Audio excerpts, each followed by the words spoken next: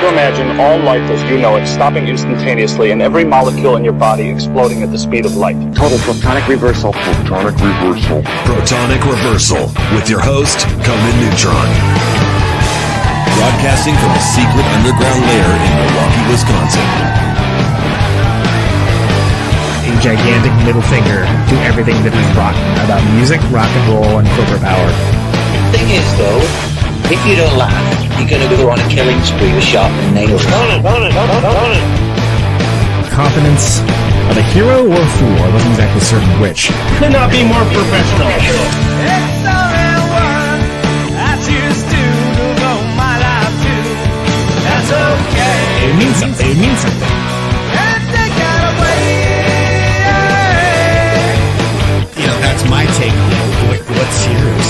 Protonic Reversal! That's like a science thing, right? Indeed it is. It is a science thing. It is a science place. It is a scientific fact that we are all up in your face. It is time once again for the one, the only Protonic Reversal. Welcome to it. Episode 424. It's a palindrome, people. It's a palindrome. And very excited shortly to have returning guest Nastasia. There's a new Jolie Laide record. Very excited for this. It's a good record. I'm a big fan. If you checked out the last episode, you will understand that. And if not, you're about to find out. But before we do any of that, first of all, I guess I should mention this is one of the in-betweener shows, post-Japan tour, pre-US tour, that I, Conan Neutron, will be on tour with my band Conan Neutron, The Secret Friends, for the greater part of May and June, right? So you think I'd have like a visual thing here somewhere, but here we go. I got it. So starting off in DC, and then Boston, Providence, New York, Philadelphia, Youngstown, Detroit, Chicago, Catterwall, of course, Minneapolis, Minnesota, Sioux City, Rapid City, Casper, Wyoming, Missoula, Boise, Bend, Seattle, Portland, Oakland, Palmdale, Los Angeles, and San Diego. I got those last two flipped, but you have to. That was off the dome, so you have to cut me a little slack there. But that's the way the Neutron Tour. Come see us play in those places. I am told I do not tell people about our tour dates enough, and they do not know about them. And I'm not sure what more I can do about that other than mention it on my on my podcast to people that probably don't care. But that is what's happening, and it would be great to see you. We love this new record and would love to share it with you. So if you're in those cities, please come out. We have some other stuff coming in the South and other places later this year. Okay. But first, before we do that, welcome to Conan Neutron's Protonic Reversal. I'm your host, Conan Neutron. I'm a rock and roll lifer that's been touring and recording for 25 years. Most known for the band Conan Neutron, The Secret Friends. Now, music is a huge part of my life, and I use the format of this very long-running podcast to talk about music with musicians whose work I enjoy and respect, but who may not be household names. As mentioned, this is episode 424. If this is your first time listening to the show, archives of it are available for free. No ads, no sponsors, no kidding, at protonicreversal.com. However, if you want to support the show and get episodes sooner, $1 a month at patreon.com/protonicreversal will achieve that goal. Help keep the lights on in this place. And if you like the show or even just a single episode, please feel free to like, subscribe on your platform of choice, share it around on the internet, even leave a review. Because all that helps people discover the show. It beats back the almighty algorithmic overlords. It's just a darn nice thing to do. Really. So, when I had Nina on before, there was a new band called Jolie Laide. And I thought that record was great. And I was under the strictest of authority to not mention that there was a second one incoming. Now the truth can be told because there is a second Jolie Laide record. And I'm so excited to bring your friend and mine, Nina Nastasia, back on the show. Nina, welcome back. So lovely to have you. Hi.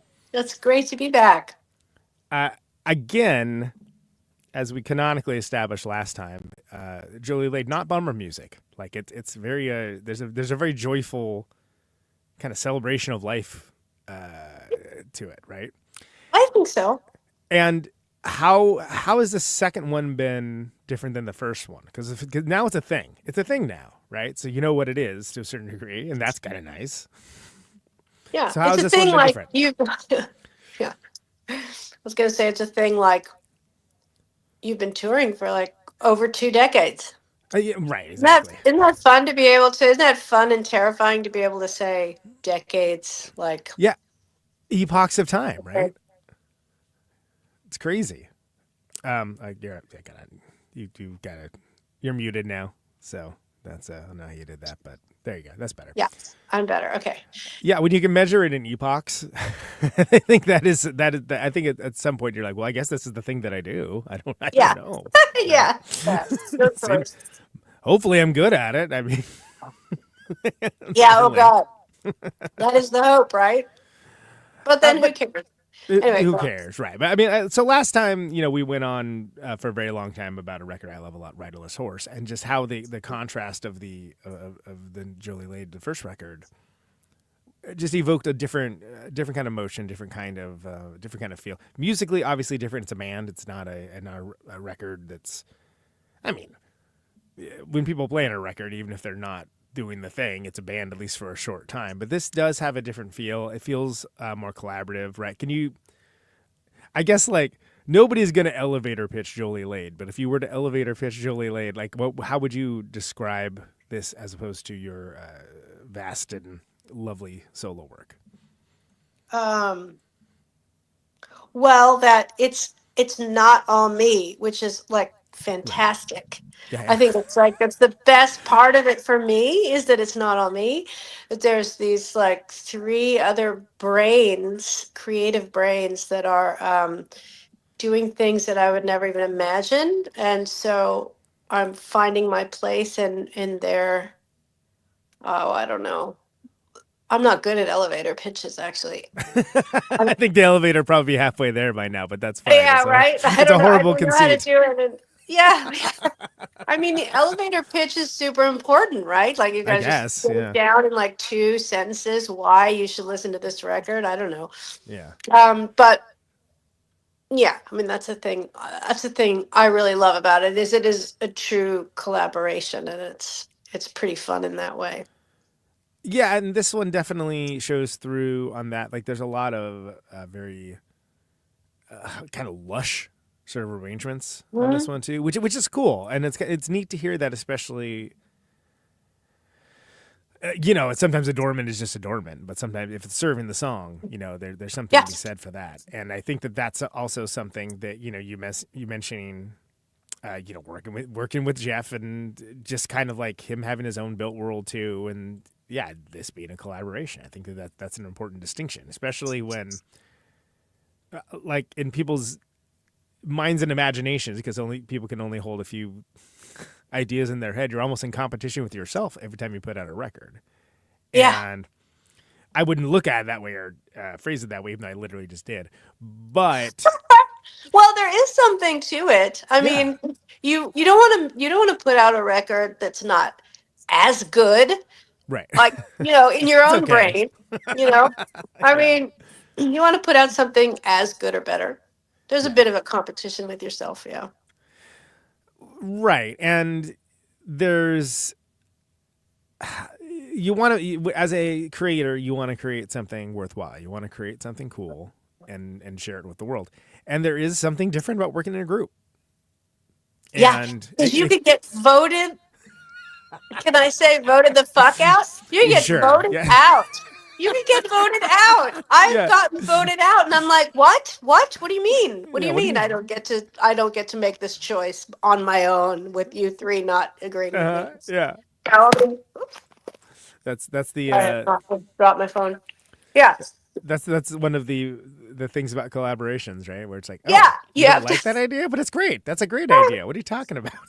Yeah, but the beauty of it is that I've found is that I've been voted out, and actually, there's one song in particular where we were stuck with it. It was the werewolf one. We were stuck with it. Yeah. And I had to leave a little bit earlier and it wasn't finished. And I was just really pissed off that I had to leave because I had to go back home.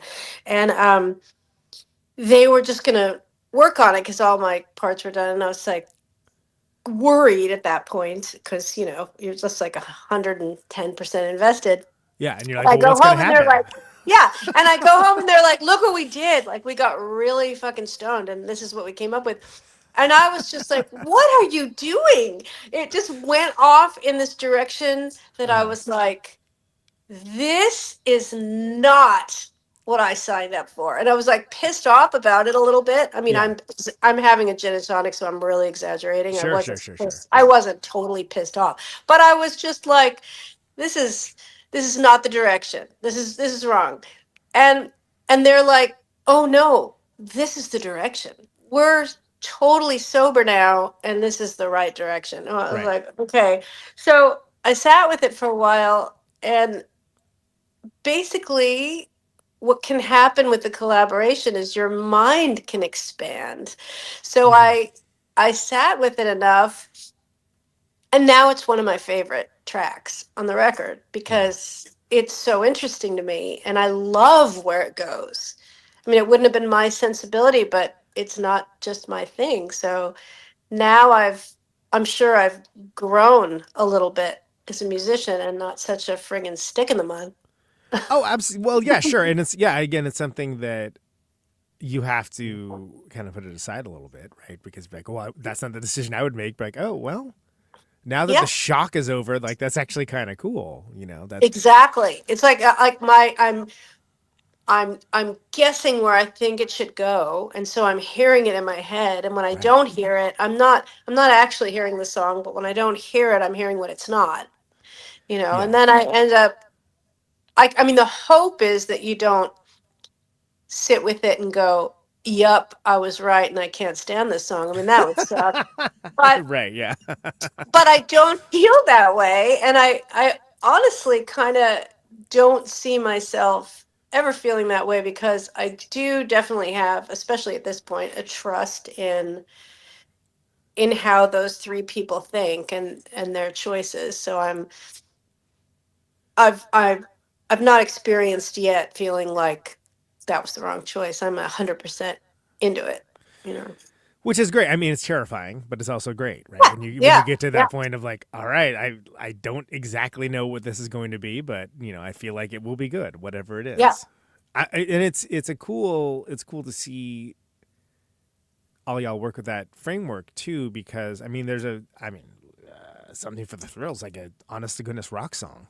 Oh God, that's one of my favorite ones too. I love that one. Which is great. And that's the one I'm like, yes, I'm in a band. Like because I've never been in a band before. Yeah, ever. Which is insane. You said that last time and that blew my mind. So I'm like, what? That's crazy. But then I thought about it. I was like, crazy is that? Yeah, I guess not. I mean, I won't go into other personal aspects of my life that you'd be like, what? Right. but it's like, yeah, I'm like, it makes me feel like an 18-year-old. It's pretty amazing. Yeah. There's a killer drum beat. Like the guitars are loud. It's it's a whole thing. I can yell. Yeah, exactly. Yeah. Well, and that was it was kind of neat with listening to this record, hearing those kinds of trying things out, trying things on, right? Like like there's some more electronic stuff that's happening as well, and that's kind of cool and interesting.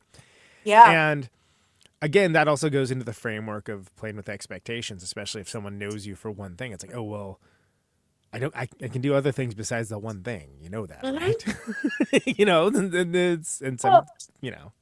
Yeah, and the beauty of it for me was that I didn't really know it. Like, I didn't really know what I kind of went into that studio and was working with those guys and working with Colin Stewart, who is a big part of why that record sounds how it does, because he really was a producer as well as an engineer. And I really kind of discovered strengths in myself that I wasn't sure I had. So that was pretty fun. And that is exciting when you can not just prove something to the world at large, but to yourself. You know, can you do this? I don't know. Let's try. Let's find out together. You know, great. Yeah. And in a way, it's funny. It's like there is the beauty of it being. It's funny. It's the second record because it is a pretty. It's a pretty clear evolution from the first one, right? Like it still sounds like Jolie Laide, but it's like a much bigger, lusher, bigger, More lush, bigger, yes, lusher, expansive thing than the first one. Yeah. But we hadn't played all together, so it was kind of a discovery within the studio of like, what is this band gonna sound like? So it was there was a freedom in that a bit. And there can be situations like that where people are almost too tentative or too polite to really kind of, push forward, and then sometimes they'll be like, whether it's because of consumption of substances or not, people will push themselves out of that mindset, and then you're like, oh, that's what you're doing. Okay, great. Right. Now, right. Cool. Yeah, and nobody is polite in this group, which is nice. There's not a single polite person in this. Have you met them? Yeah. Fantastic. Nobody's polite, and it's great. I mean, we're polite in that we care deeply about each other, and nobody wants to hurt anybody's feelings. But nobody is attached in that way. You know what I mean? Like somehow we're all able to be like, yeah, you can have a bad idea or a bad idea, an idea that nobody likes, and it's okay to throw it out there. Yeah, it doesn't mean that as an artist it invalidates your existence or your creativity. It just doesn't work for what this is, right? Yeah, there's no embarrassment of a bad idea, or a bad try. Right. Like only if you just don't actually try. But then that could be a bad try. And isn't that interesting, the idea of the recognition of that, right? The pattern recognition of like, okay, that did the thing that we're trying to do, but it's not the right thing. And knowing that.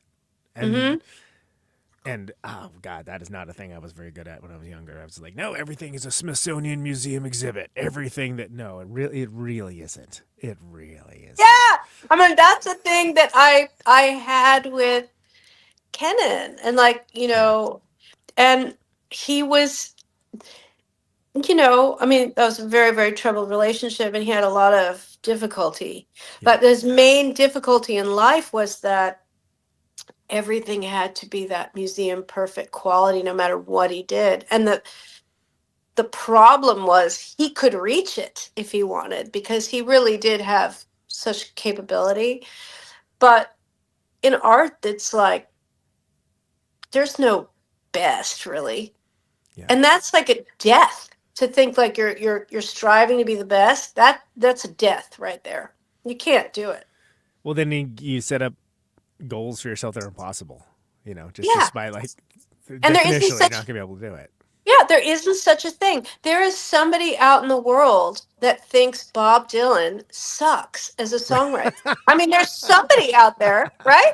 Sure, I'm sure. You don't hear very many say that, Yeah. but there is someone that will go, yeah, he's horrible. I heard someone say Jimi Hendrix is a bad guitarist. I'm like, I'm not even exactly. They're like, oh, Jimi Hendrix is a hack. Like, okay. right? Oh yeah. Okay. Sure.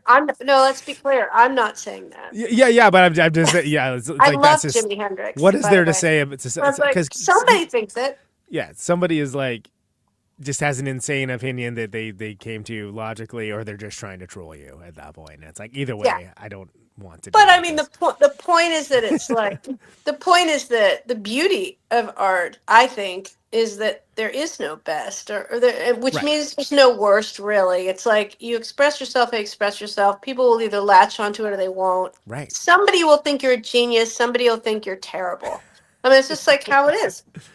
Well, and with this, you're also not the sole focal point, too. You're love working that. in a group, which is very freeing. And I think only people that have been the sole focal point maybe like, yeah, well, of course, duh. But it's like, no. On a day-to-day basis, like the pressure of that is crazy. It's crazy. And doubly so as a woman, I must say. But it's insane. Yeah. Like, and so the idea of like, oh, I can just kind of sit back in the cut a little bit. Oh, I mean, that's got to be very freeing, right? Where you're, Yeah, I hey, mean, music can be fun. Who knew? I know music can be fun. Well, I'm gonna see because we've never played a tour or anything like that. We've hardly played shows, so Yeah, we're about to do the Canada tour right. this summer, and it'll be interesting. It'll be very interesting to see how that goes because I've been doing solo for a while. Yeah. Now. Which is in ways very easy to tour. It's a smaller footprint. So Right? much easier to tour, yeah. Definitely less stuff to move, that's for sure. Yeah. Well, and but it's also like the nice thing about band is you have your own support system too, right? You have your own little traveling carnival that goes with you everywhere you go. I'm not the main focal point. Yeah. I don't have to think of, how to be solely entertaining on this stage. I can just I can lean on 3 other people. Yeah. It's pretty great. And they're very entertaining, so it's it's good.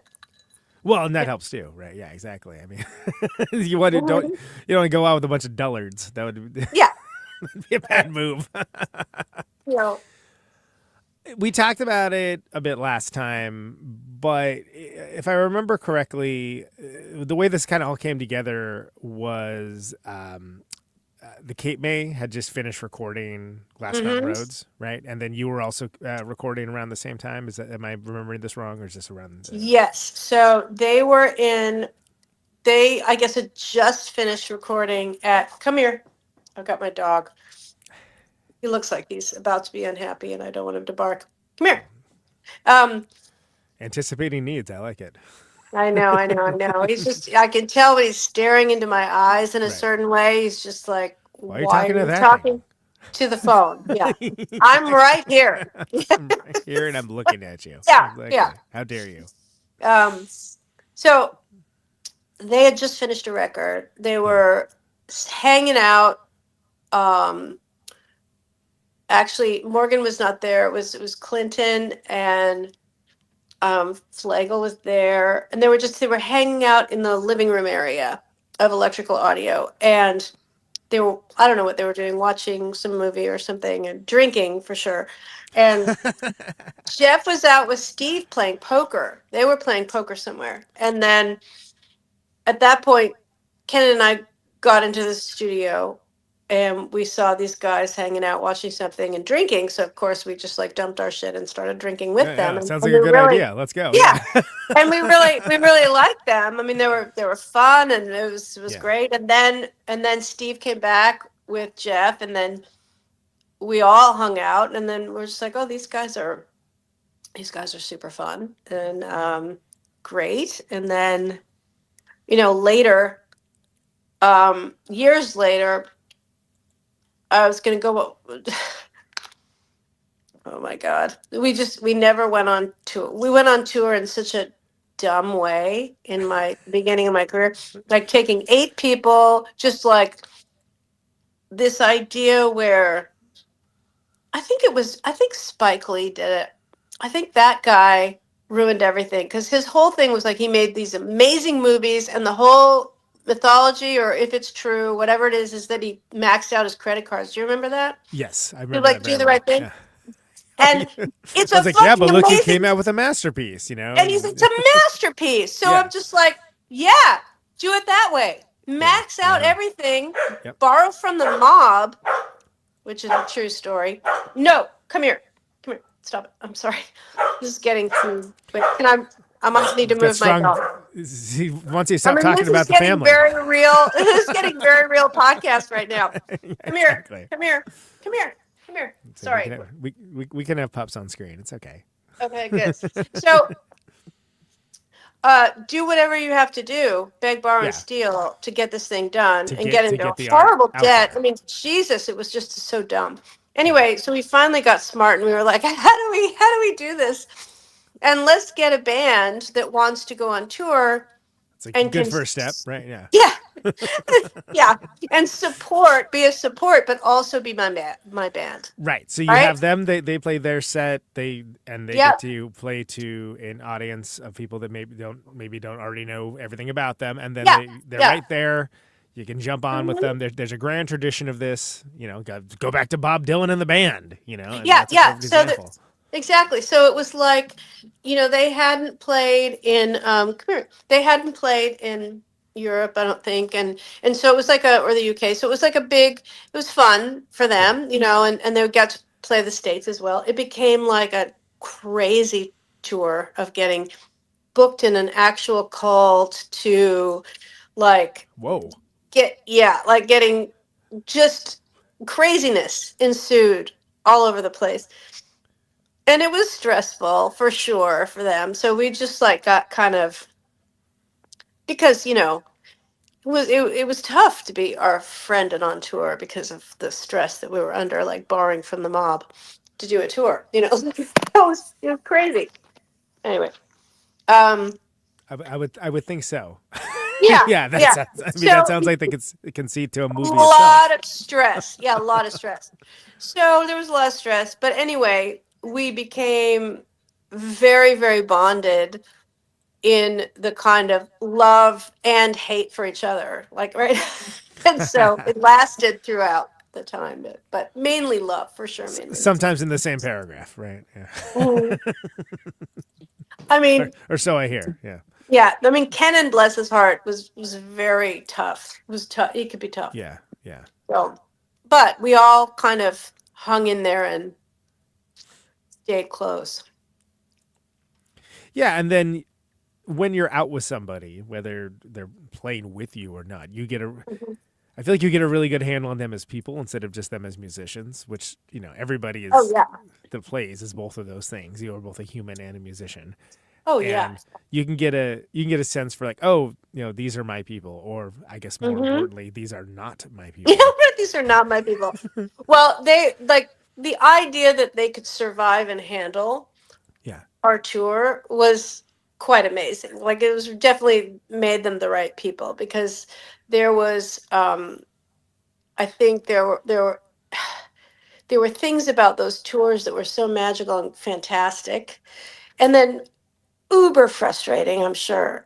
To be on them would be uber frustrating. I'm sure if you talk to Jim White, he'd have loads to say about how frustrating it was. Sure, but yeah.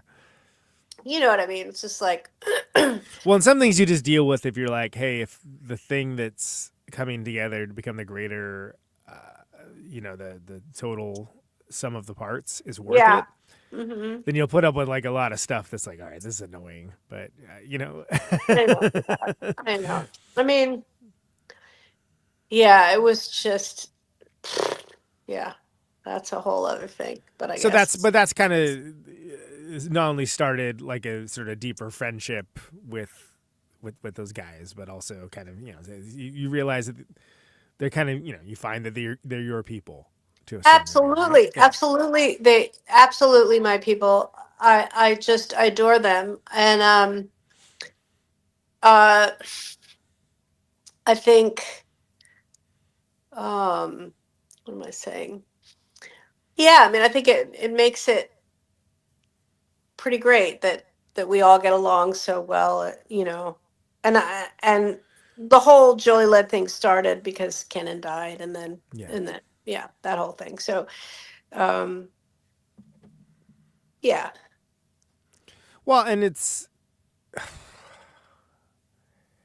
tough, right? Because they take up such a huge part of your life and your heart and your mind and your totality, and then gone, and you're like, well, what, like what? And it's really tempting to only remember the good parts, but it's also like, oh yeah, they suck sometimes too, and then like, and that's real. You mean the people? You mean the people that die? Yes, I just had one of my closest friends. I've known her since high school. Like literally, one of my oldest until recently living friends just passed away this weekend, so it's very much on my mind. Oh my god. Yeah. Oh my god, I'm so sorry. That's horrible. And it's one of those things that's like. It's just part of what it is, but it's when it happens, it's just breaks your world apart, right? And that's I mean, you got a incredible record out of it. Like I said, I think Riderless Horse is my favorite of all of yours. And that's a lot. Thank you. But it's also like not a throw it on every day kind of record, which is fine. That's an okay thing. Yeah. I mean, it's too heavy. It's like, hey, let's go to the It's beach tough. and listen to Riderless Horse. No, it's not going to happen. Yeah. I mean, Maybe it's a dark beach. Maybe it's a goth beach. I don't know. Right, But right. Oh God. sorry. Yeah. Go ahead, Nina. No. I mean, it's just dead people, right? I mean, dead people yeah. are tough. Like you can't get mad at them. You love them, but you like Yeah. it's a Jesus. It's really a. I feel like my entire catalog deals with dead people. You know There what I is mean? an undercurrent through all of it. Yeah. And it's because it's hard to reconcile. I mean, I'm still dealing with the aftermath of the Kennan thing, and I probably things will come up as they come up, and it's just how it is. But yeah, well, he was not only with you for so much of your life, but so much of your creative life as well. And that's just well, he was a huge. He actually was. That was the confusing part of the whole thing. Was he was a huge part of the creative life. I would not have the kind of sensibility or any of that stuff. I think I would have gone in an entirely maybe different direction that I wouldn't be happy with now. Like I might have found my way here because it's definitely my taste. right. You know what I mean in the end. But I wouldn't have found my way so fast. And all those fantastic decisions to ruin us financially to go on these insane tours that were fantastic, by the way. Yeah, exactly. Like or recording with Steve Albini, which Sure. changed my life in so many beautiful ways. That was his choice. I was like, how can we do that? We can't afford that. Right. Yeah. Well, exactly, because it wouldn't be something you think would even be possible, right? And No, I everything's didn't think it would be possible. everything's Yeah. impossible until it isn't. You know. Exactly. And he was the one that was like, well, it's possible, and we need to do a fundraiser that was like, right. it was like trying to plan a wedding. I would never do that again. And right, exactly. And that was like 1999, 2000. I mean, that was like the mechanisms for doing that are whatever. Say what you will about them, they're numerous and they're easy to do now. Oh, we were doing handwritten little things. Like everybody got a mailer like several times, that kind of thing. Oh man, mailers. It was crazy. But we did it, Yeah, and that just shows again that really steadfast dedication for like he had a thing that it was like, no, this is the thing. We need to do this thing, right? And yeah. And that headstrongness can definitely be a force for good. It can. And then at the same time, it was terrible. Like there was like a lot of terrible with it.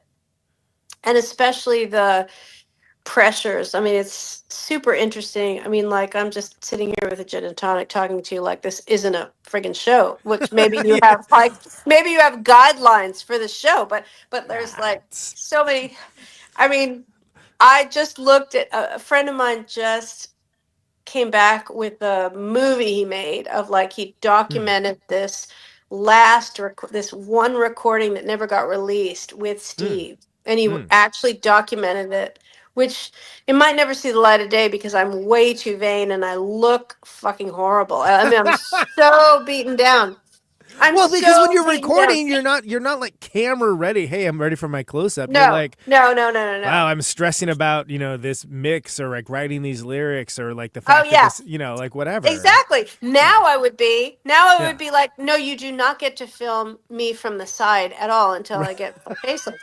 But like back then, I was just like, I was so miserable and beaten down, and you could see the tension. I mean, you might not be able to notice it if you don't know me, but anybody that knows me could see the tension of how bad that dynamic was. And it didn't work. I mean, the recordings didn't work. Actually, Steve stopped that recording midway and was like, I don't like how this is going. Yeah. And I had to convince him like, oh, no, this is okay. This is fine. And he's just like, really? I was like, yeah. This is good. This is good. Everything's good. Yeah. Wow. So when was that? That was I think that was what was that? 2017 or something. Okay. I'm terrible with dates, so I don't know. But it was like I had stopped doing music, and then I think there was a Hideout reunion or something. There was some, right. Okay, sure. Yeah. and I went, and Steve was like, "Just come into the studio and record whatever you need to, like, let's just do something." He was just, he was so amazing, and so. What an awesome dude. Seriously.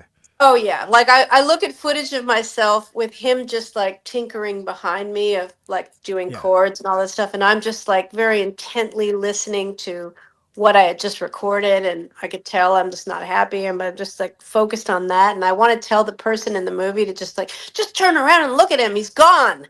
Just appreciate that he's not going to be in your life forever, because I just assumed he'd be in my life for my whole life, Can I tell you, on that, when I did the 10-year anniversary of the show, I had one of these many ideas I have that are very labor intensive for me. Yeah. I'd be like, oh, that's a great idea. Is it a lot of work by me? You bet. Great. Let's go. Yeah. But I had short segments of people that just are, have been on the show a lot, or very important to the show or whatever. There was like a revisiting. Anyway, point of fact is one of those was Steve, and I'm not positive, but I think it might be the last podcast he ever did. Oh wow. Which is that crazy. That would be great if it was, because this is a good one.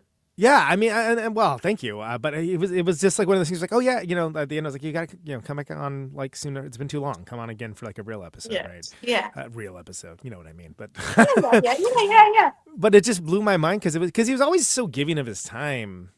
And then I even mentioned that like on like the segment, and he was like, well, it's just the normal thing to do. I'm like, well, okay, Steve Albini, but the normal thing to do is not something that most people do.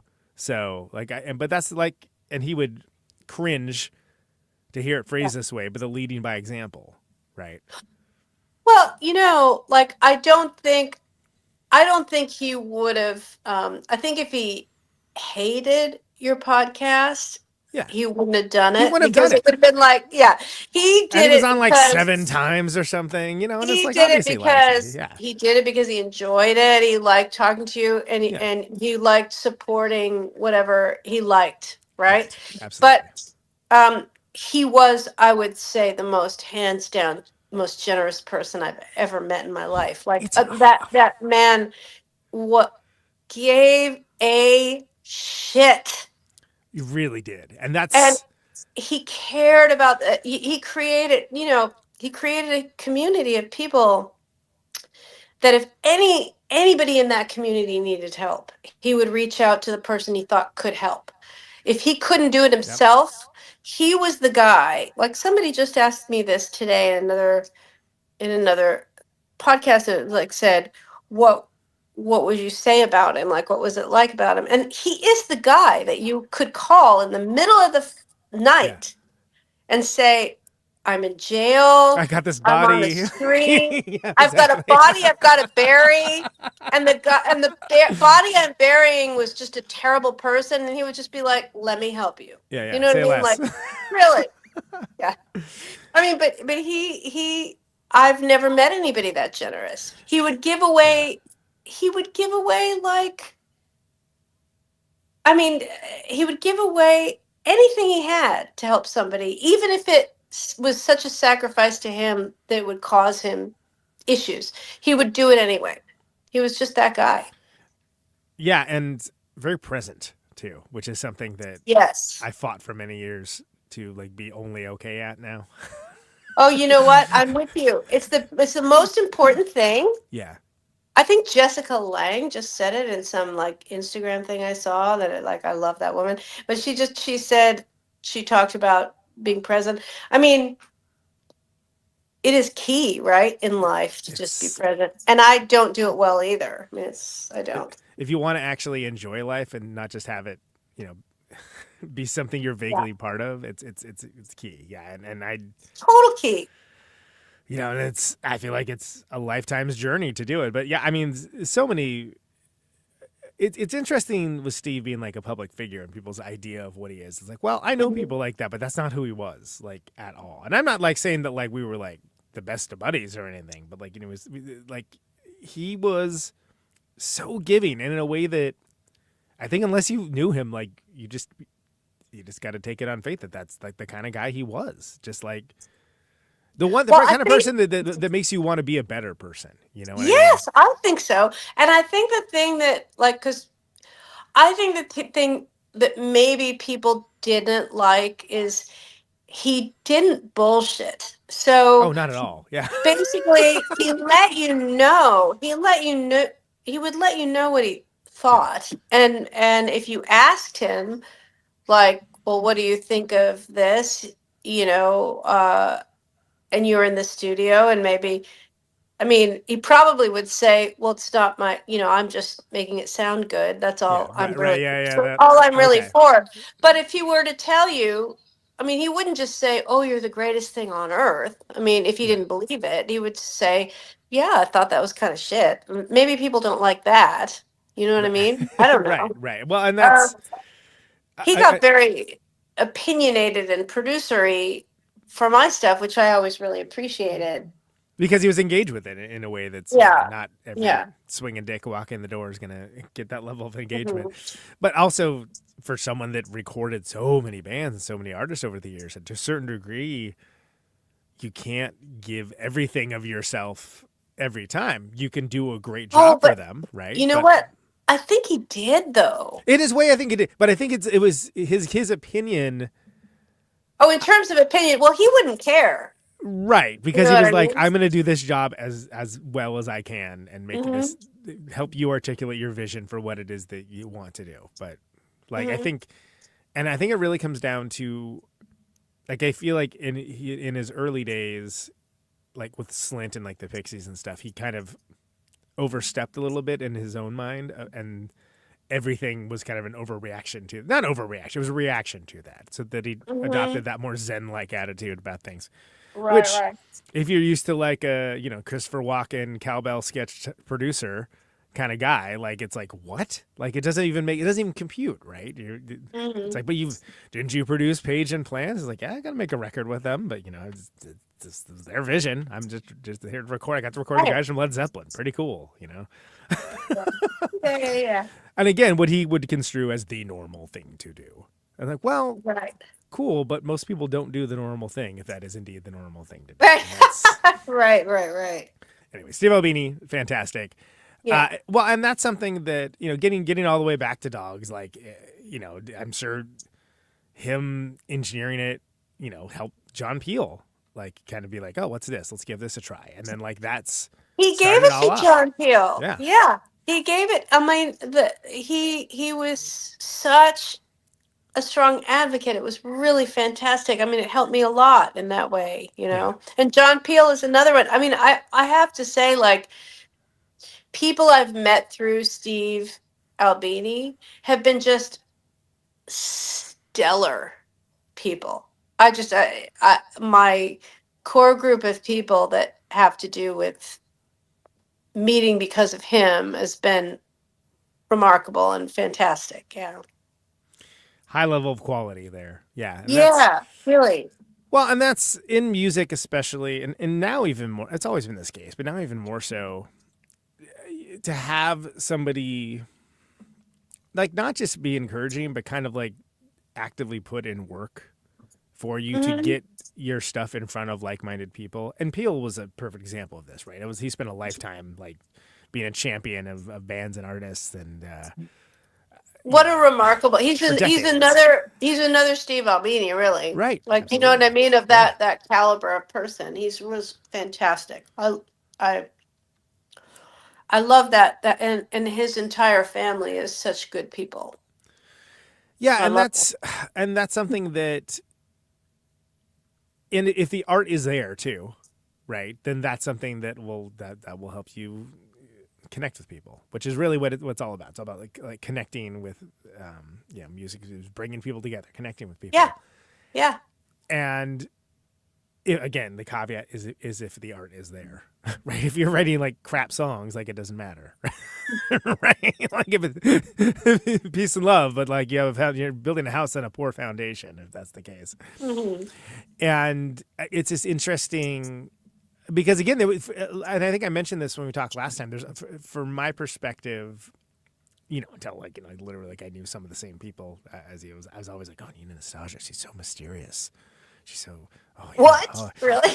And it was just idea of being living in a castle or something. Some crazy what is she? And it's like, oh no, she's just a woman who's an artist and does the same things that everyone else. Oh, okay, well, cool. Oh, that's boring. She doesn't live, so boring. That's a no on the castle then, or. Well, the funny thing about the castle thing, right? Clearly, I never lived in a castle, but it looks like living in a castle would suck. By the way, especially if you like heat. Anyway, whatever. Sorry. It would really suck. But that kind of you're like closed off from the rest of the world was very much the kind of MO of my insular relationship that I was in for so long. Right. And the closed offness in music, which was so sad because I spent so long, and part of it was trying to keep this person alive. I definitely have realized that that's what my ultimate goal was. But it was like there was this idea of nobody's good enough to collaborate with, and me, Nina, was not good enough to collaborate. So there were these two opposite things going on constantly, which made it impossible to ever collaborate with most people, and I think, the sad thing when he died, which was a very sad thing, but the thing that came out of it was this intense freedom to actually find that. Because it's almost like the isolation was creative and isolation, right? Is not good. Yeah, it's not good. I mean, that was an emotional castle. Yeah, it was an emotional castle. And I'm happy with those records. I'm super happy with those records. Yeah. But I'm much happier to have the freedom to just fucking fail if I have and do whatever you want. Yeah. Well, and that's yeah. And again, I think it's easy to reduce people to either the most positive attributes or the more negative attributes. Mm-hmm. But everybody is a whole person that can be both. Again, sometimes in the same paragraph, myself inclusive. Mm-hmm. And I mean, even oh God, I can't even. I'm drunk enough to say even Donald Trump and that clan. I want to think of them as real people, but let's not get political because you can't get political. Don't get me started, kid. Yeah, no. But it's so important to look at people as real people, is what I'm saying. Absolutely. Even a sociopath has a chip loose, and that's why they are. They're not necessarily evil. They've got a chip loose, which definitely our entire administration has a chip loose. Yeah, well, that seems to be a prerequisite for the job, doesn't it? But yeah. You got to think there's a plan, hopefully. But no, I think chaos is just reigning, and that's just the way it is. And that is very depressing to think about. Let's not think about that. Let's go back to music, which is universal. It is. Everybody can love it. I don't care what side you are. You can love it. I love that on this new one, it's like a record of duets almost. Right, mm-hmm. There's a lot of cool vocal interweaving and cool vocal lines on there, and it occurs to me as someone who predominantly has been a solo artist in life that did that take some getting used to? Was that that was a new freedom that I actually loved, coming up with harmonies. That shit was one of the things where I was like, oh, I think I can do this, actually, because I never did it before. But a lot of the songs on the record, so some songs were collaborative, but some songs, the Murder Ballad, I brought to the table as a finished song. But a lot of the songs on the record were Clintons that he brought to the table, or Clintons with Jeff. But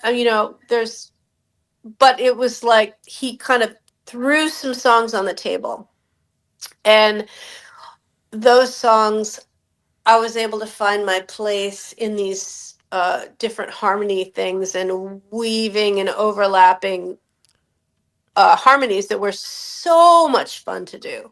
Really, really fun. And we had, just made it a point that we were going to do it as a duet kind of thing, and actually kind of like to kind of keep it that way as a kind of, for the most part, as a duet type thing.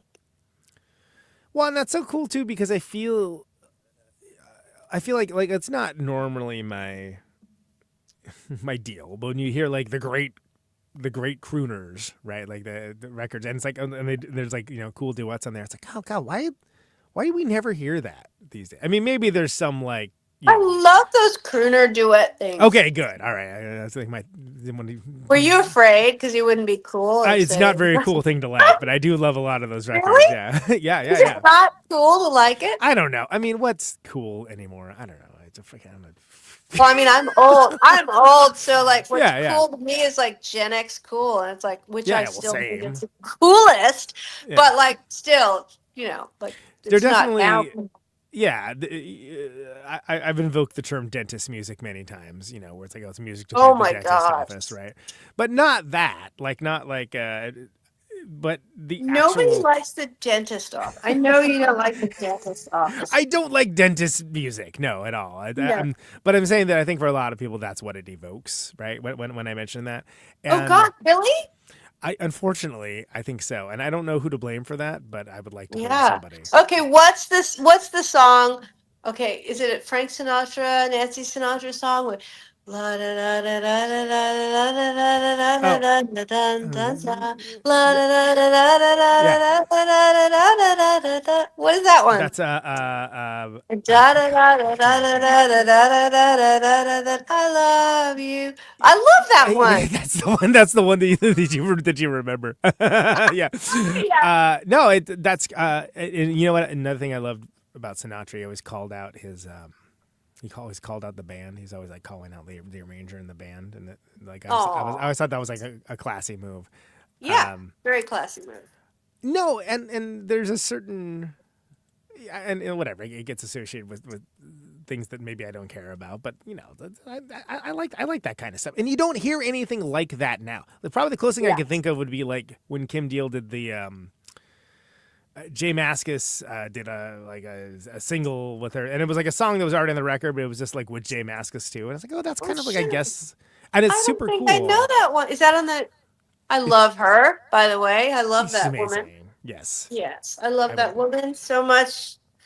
In so many ways, I love that woman. And that new record, how awesome is that new record? I just think it's so like good. She just went off in this direction that was like completely like a whole other direction, and she just embraced it. And I have to say, some of those songs I heard just in very, very skeletal, in a very skeletal situation, and then hearing them that way, I'm just like, oh my God, she's fantastic. That is someone I would very much love to talk to. I'm a huge Kim Deal fan. You got to talk to her because she's just smart, funny, awesome interview. Yeah, I got yelled at by security with her at a Fugazi shellac the extra, because we were. We happened to be both standing on the side of the stage, and she's like, "Hey, where do you think that goes?" And she's like, points like some stairway like that's like goes out. It's this old theater, right? And like, I have no idea. She's like, "You want to find out?" I'm like, "Yes, I do." And so we go up this stairway, and some hey, get down from there! Like some guy yells at us, so we go, "Our bad, sorry." But that's it was like got to explore around an old like with Kim Deal. Yeah. That's like my only Kim Deal story, but it's pretty good. Oh yeah. Well, you just need to reach out to her and go, "Hey, I'm the dude that you suggested." Yeah. Do you remember? Kicked out of that. Remember, we got yelled at by security like 20 years ago. Maybe she does. I don't know. She'd go for it. My friend Kate Wakefield from Lung is singing backups in her live band. Oh, nice. Which is awesome because Kate's also one of my favorite singers as well. Now I gotta Kim Deal is like one of those people that's like, oh, I would love to talk to, so and so someday, and yeah, we'll see. Maybe, I don't know. Hasn't happened yet, but stranger things have happened. Yeah. I've had people from Devo on multiple times, Wow. like whatever. Like I couldn't even count all the time. Shows I've forgotten more people that I've been like, oh wow, it's impressive that I had that person on. Oh yeah, that was a good time, right? But it's just like, yeah, I'd like to You're think it's just because it's a good cutting show, Yeah, you're cutting yourself short. Well, And quite frankly, like anybody, it's important to have shows like this that are actually fun to talk on. Thank you. First of They're all, not always fun. yeah. I actually did this one. I remember I did this one. I used to be terrified. Like I had a phobia of doing what we're doing right now. Right. I had a phobia of it before because there was always this pressure if I'm saying something wrong. And now clearly I don't give a shit. But yeah, Which makes you a fantastic guest. For sure. Good. What she's gonna say next? I don't know. Stay tuned. Good. But I remember, come here. But I remember doing this thing, and I was in France or something. I was doing a show, and I went to do a interview, and I was sitting with the guy, and he was very sweet, and I was like, okay, I can talk to him. Yeah. And all of a sudden, we're like, it was ready to go, and he was like, hey, and he had this really weird radio voice. Radio guy, yeah. But it was French radio, so he's like, man. and I was so stunned and freaked out. Yeah. And he was like, and I was just like, yeah, it's talk about an immediate can't distancing. talk to you. Yeah, exactly. where's the guy I talked to in the pre-interview? Well, and that's also, and it depends on your taste too, right? Some people like want a more strict question answer format. It's like, well, no, Right. cool, but like there's shows that do that already. Yeah. And this specifically, I feel the one that strengths of the show is it is a discussion. It's a back and forth. Yeah. And it is a little like looser. Sure. Looser. Lucier. Sure. Lucier Goosier. It's a Lucier Goosier. Goosier. Yes, it is. That's a free song title for somebody Yeah. out there. And that's like it works because I make records and tour as well, and I deeply care Yeah. about So you songwriting and all these understand, other yes. things. And you get a different kind of conversation where you're talking to someone else that is in it, even if like whatever. It's like somebody Yeah. really famous and me. Like it's still like I know the mechanics of it, so it's going to be a different type of conversation. And honestly, like I used to care about that kind of thing. I don't know, 2-3 years in. After like 10 years, 11 years, whatever I'm up to now, go listen to something else. shit. What's it to you? Who cares? Aren't decades awesome? It's amazing. Decades are awesome. 'Cause you can just go after like the second decade, you can go, oh, who the fuck gives a shit? Yeah, like I built my own planet over here. Go to stop Yeah. bothering me. Exactly. If you don't like it, go Exactly. somewhere else. Exactly. John Peel was exactly that way. Like John Peel was one of the best ones too, because he just, he was really present, and he allowed for a nervous Nelly like me to be sitting in his house, and he just knew how to have a conversation, It made it sense.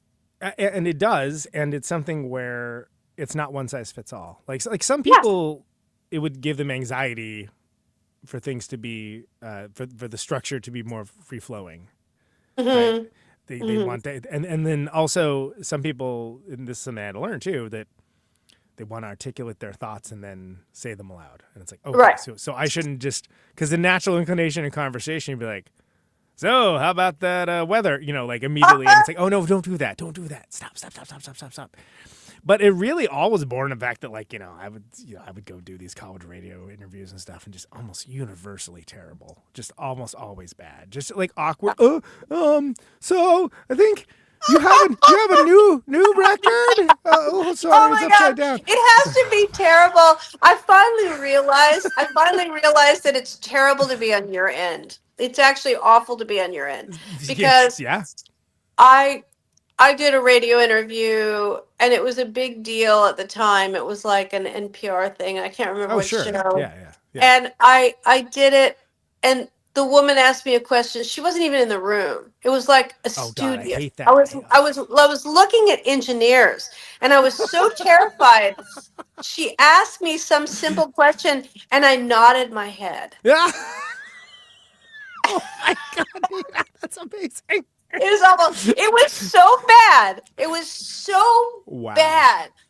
You know, and I remember For the when non-studio Kennan said, audience, Nina when Nastasia has Yeah, just nodded exactly. her head. Exactly, and I remember when we were gonna we Amazing. got the show. It was like a big show. When we got the show. It was back in the day, decades ago, by the way. Sure. And Kennan was like, "We got the show," and I wanted to puke because I knew I would fail. Like I was so terrified of saying the wrong thing, and she finally, like at the end of the interview, she said, "I'm not going to put my name on this. This is awful.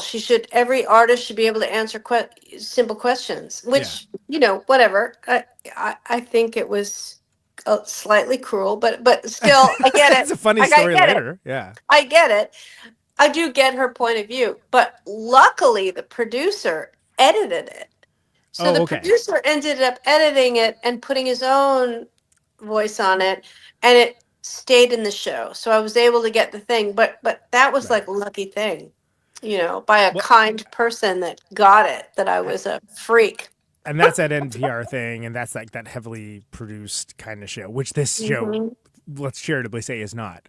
But that's also like, it's not because I can't do that kind of show. I don't want to do that kind of show. Because it's again, a little less human. I mean, and it relies on the person coming in to do all the work, which like if she has a set of questions, I mean, it's a very hard job to be an interviewer because you have to make the person comfortable, which is very hard. Absolutely. That's not easy. Well, and then also there's certain people that are like, oh, it's just nonsense. I want to hear so-and-so talk. Well, no, you don't want to hear so-and-so talk. You want to hear something interesting being said, and that is different. Because if someone's really doing their job, it doesn't sound like work. But I will assure you, very often it is. You know, not as much as it used to be, because you just get better at doing things. But also, I started this show because I wasn't hearing the kind of show that I wanted to hear. Right? It's the same reason of like I write the songs and that I want to hear that I'm exactly same principle, right? And some people it's like you gotta wonder. I'm like, all right, I don't know why you're doing this because you're clearly terrible at it. But oh my God, why? What's good on you though? Why is anybody doing anything? I mean, well, sure. Oh my God. Meanwhile, there's probably about like, probably dozens of people angry at me for like, what are they talking about? Can we just hear about the records, please? And it's like, all right, well, sorry. No, you can't. No. I know. So I will say, like, get yourself a drink. Yeah. I don't know. Just hang out. Lighten up, Francis. Yeah. Lighten up, Francis. I shouldn't say get yourself a drink because maybe people can't get themselves a drink. That's a really shitty thing to say. Find a way to relax yourself. Yeah. And not like white knuckle it, How hard is that, right? Relaxing? What the hell? Some people find a lot of that through like meditation and stuff like that. That's never really worked for me. I don't know, but I think I'm just too. I don't know, dude. but I just went to dinner with someone I didn't know very well, and she pulled out a singing bowl, and I have to say it was beautiful. Whoa. No, it was beautiful. It was really amazing. I was like, oh, I get it now. That's awesome. It was really cool because she's a musician and she's fantastic. She's really good. Can I tell you, I was a real just dumb, not artsy area for like some like day job stuff that I do. Mm-hmm. And there was a humming apparatus. It was like humming apparatus. And I was sitting there doing what I was meant to be doing, and then I was like, I started harmonizing with it. I was like, oh, actually, that's kind of cool. And then I was like, wait, do I have a way to record this? And I'm like, the least here, let's record something here kind of place ever. And I'm like, no, I guess not. I'm like, oh. And the reason you have to go back. The reason what? So. What? Oh, I was gonna say, well, it was the same thing. I was like, oh, maybe this is what people get out of the singing bowls and stuff like that. Of just so like, there is kind of like oh wow, interesting. It does something to your brain. But what is the humming apparatus? it was like industrial machinery and like a municipality or county wide building. Like again, art has never occurred there, to be clear. But Oh, so it's not for no. It relaxation. wasn't like, I mean, I'm sure they build humming apparatuses, but it was a humming apparatus, and I was there to accomplish something else. And I just started I don't know, just subconsciously started harmonizing with it, and I was like, oh, that's actually really relaxing. It's so Wow. nice. It's so nice. I mean, And it was the least relaxing room you could ever imagine, by the way. But which makes it even all the better. But it's so nice. Talk about a duet. It was me and that machine, that apparatus. I mean, it can like really calm yourself down. Yeah, I mean, it's a beautiful thing. Music is amazing. Music is amazing. Yeah. So, and you know, so speaking of music, like when did Jim White come into the picture with you? Because you've been doing stuff with that guy for a very, very long time. And my God! He's someone I would love to have on this bloody show, but that's another one that's never happened. So Really? yeah, I don't know why. I would be good. Jim White would be good. He keeps leaving me on red. Now I'm just narking him out, but. Although I was like, it might be hard to understand. Like, I love that man. I think he's amazing. He's absolutely amazing. I haven't talked to him in a while, but I remember we were in France recording at Black Box Studio, and it was in the morning, and we were all having breakfast and coffee, and he comes in, and he's like, "Where's my soul?" I was like, "What?" He's like, "Where's my soul? Have you seen my soul?" I was like, "What? Have you seen my soul? Have you seen my soul?"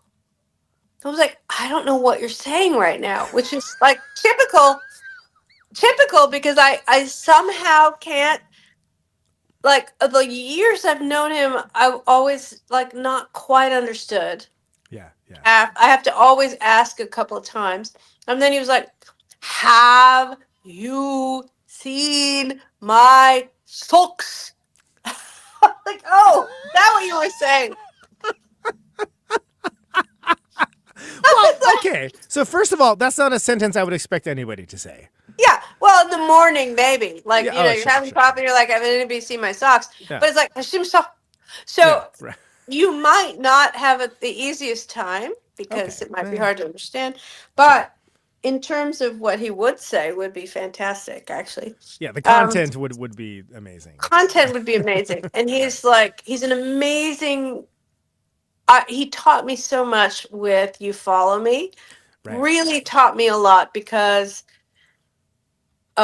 he's such a beautiful improviser. Like, he really listens to where a song is going, you know, and so he'll create this atmosphere that really blows it up and brings it down, and is just very expressive in that way. And there's nobody like his. He's a very specific player in that, you know, in that way. Well, it's one of the things that when I first heard the Dirty Three, that I was like, wow, this drummer's like, oh, the Dirty Three is where's like, he coming from? This is crazy. Like, it's really like aggressive but loose, but like not aggressive. Like, it's such very beautiful music. Yeah, Such, I love him so much. Beautiful music. And yeah, he's lovely, and I just nothing good things to say about him. And it taught me a lot to be a little looser because I was so my band before was made up of people that were very specific to a part and people that improvised. And I was very specific to a part. I did not veer. I was so terrified of making a mistake that I couldn't veer in one direction or another. The part's written like this, and it's going to be performed like yes, this. Yeah, right. Yes. Sure. And because I was terrified of making a mistake or being the weak link. And as a result, a lot of times I could be the weak link, you know.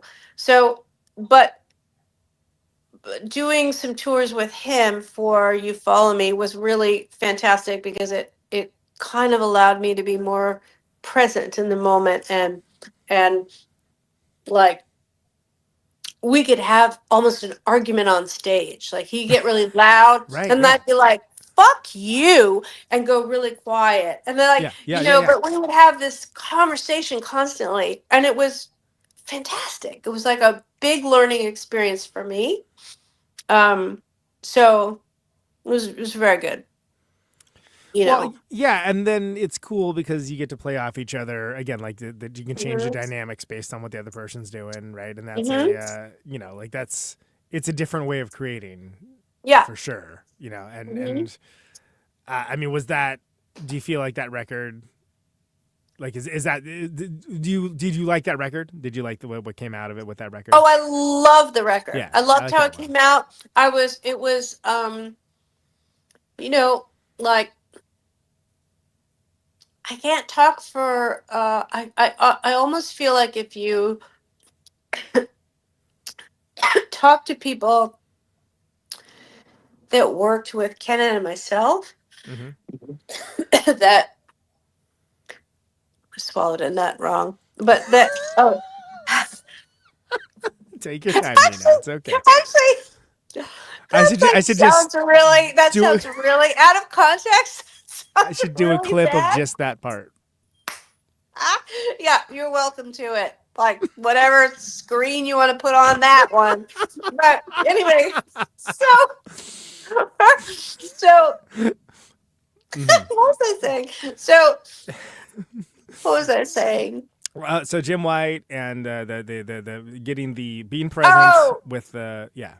So like what it was like to work with Kennan and myself, or tour with Kennan and myself, was extraordinarily problematic, probably for most people, because and beautiful in a lot of ways. Like I think that everybody experienced the beauty that Kennan brought to the music, for sure, because he was a huge part of it. Everybody knew his genius in it, for sure. And also like the beauty of experience he wanted to bring to people, but it was almost too much and in your face, and sometimes you want to just be like, oh, fucking just get me out of this fucking car and like let's get me into the hotel room. I don't want to see a fucking castle. I want to fucking sleep until the that kind of thing. Right. So yeah, I think it would be interesting, and I feel kind of almost, it's so funny. I almost feel funny about like, how do I talk about working with people, because I wonder how they felt in the whole thing. But I did love working with him. It was that record was a very different way of working, because we really sort of we all wrote parts together, and like I would come in with a song and we would like sit with it for a long time, and had a month in a space where we worked it out, which was different. It was a kind of different thing. And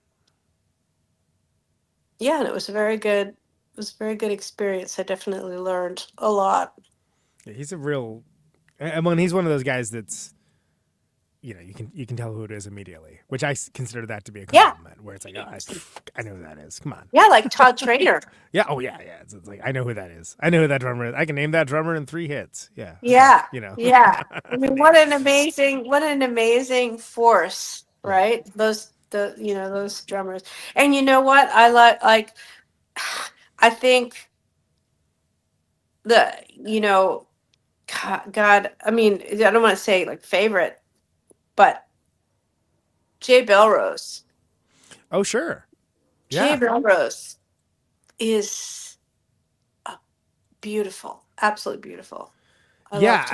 Really. I mean, I love him. I still love him. I'm saying, but he's absolutely, he's like he can squeeze in anywhere, like he can squeeze in anywhere and make it just magical. It's like really great. Yeah, and that's he's on some of that Outlaster stuff, and that's great. Mm-hmm. And I feel like going back to Jolie Laide, I feel like Morgan Greenwood, so he kind of does that thing where he just like he places himself and puts the glitter in the like the electronic stuff is always kind of was the last stuff to come in to make it really swell it up to another level of things, you know. Yeah, and that's the sort of it almost can end up making certain aspects of the arrangement just by the being of the composition, which is that can lead to some really interesting results, right? Yeah, and I think that's I think it's a cool record. Let's do you want to try to do I can't remember if we did this last time. Maybe we did, maybe we didn't. Again, I don't remember what happened last week. But where we just go through each of the songs and you can just tell me a little bit about, you know, maybe where the song title came from, the lyrics, the arrangement, the recording, blah, blah, blah, blah, blah, all that stuff. I mean, we could do that. I almost feel like we should have had the other members around because my memory is so... Well... Like, you know how they talk about trauma brains? I have a friggin' trauma brain. I don't want to be like, I don't want to use that loosely, this like trauma thing. I have a fucking trauma brain that is so bad. I can't remember. The good thing is that there's no wrong answers for it, and it's just providing a little bit more context for the record. Okay, if the answer is like, I don't remember do anything about which one is that one, I don't know what song that is, who are you, why am I here, you know, like... Yeah, I might be like, can you just sing it a little bit? Like what I just did for the Frank Sinatra one. Can you just sing it so I can get a context of what That's still bothering me. I'm going to wake up at like 1 a.m. tonight, like, it's this!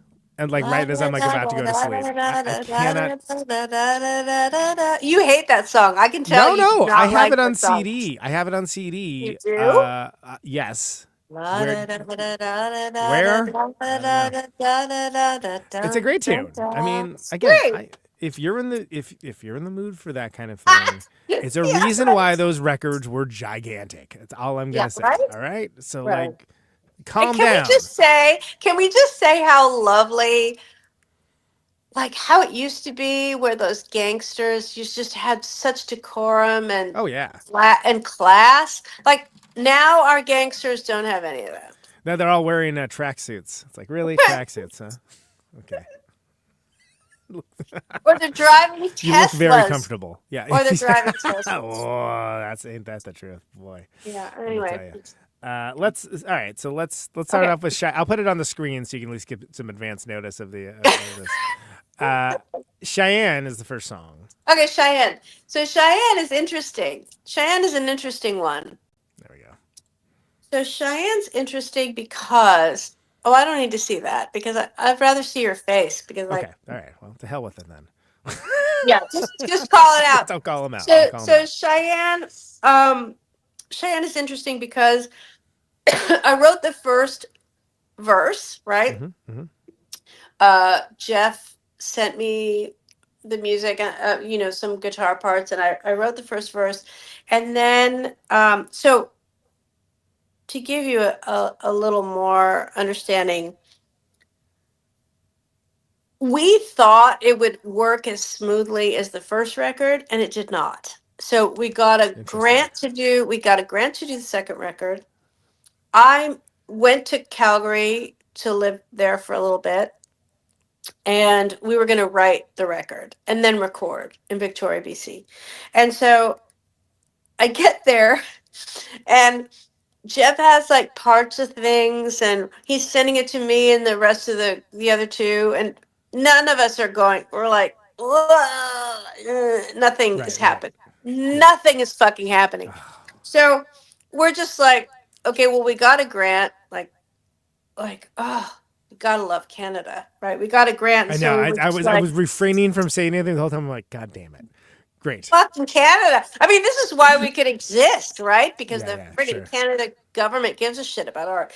So we got the grant, and then we were like, okay, we have to make a record. And then that turned into, well, maybe we can do an EP. And then that came into, well, if we give them one song and it's a nice vacation, maybe they'll be okay, right? Right.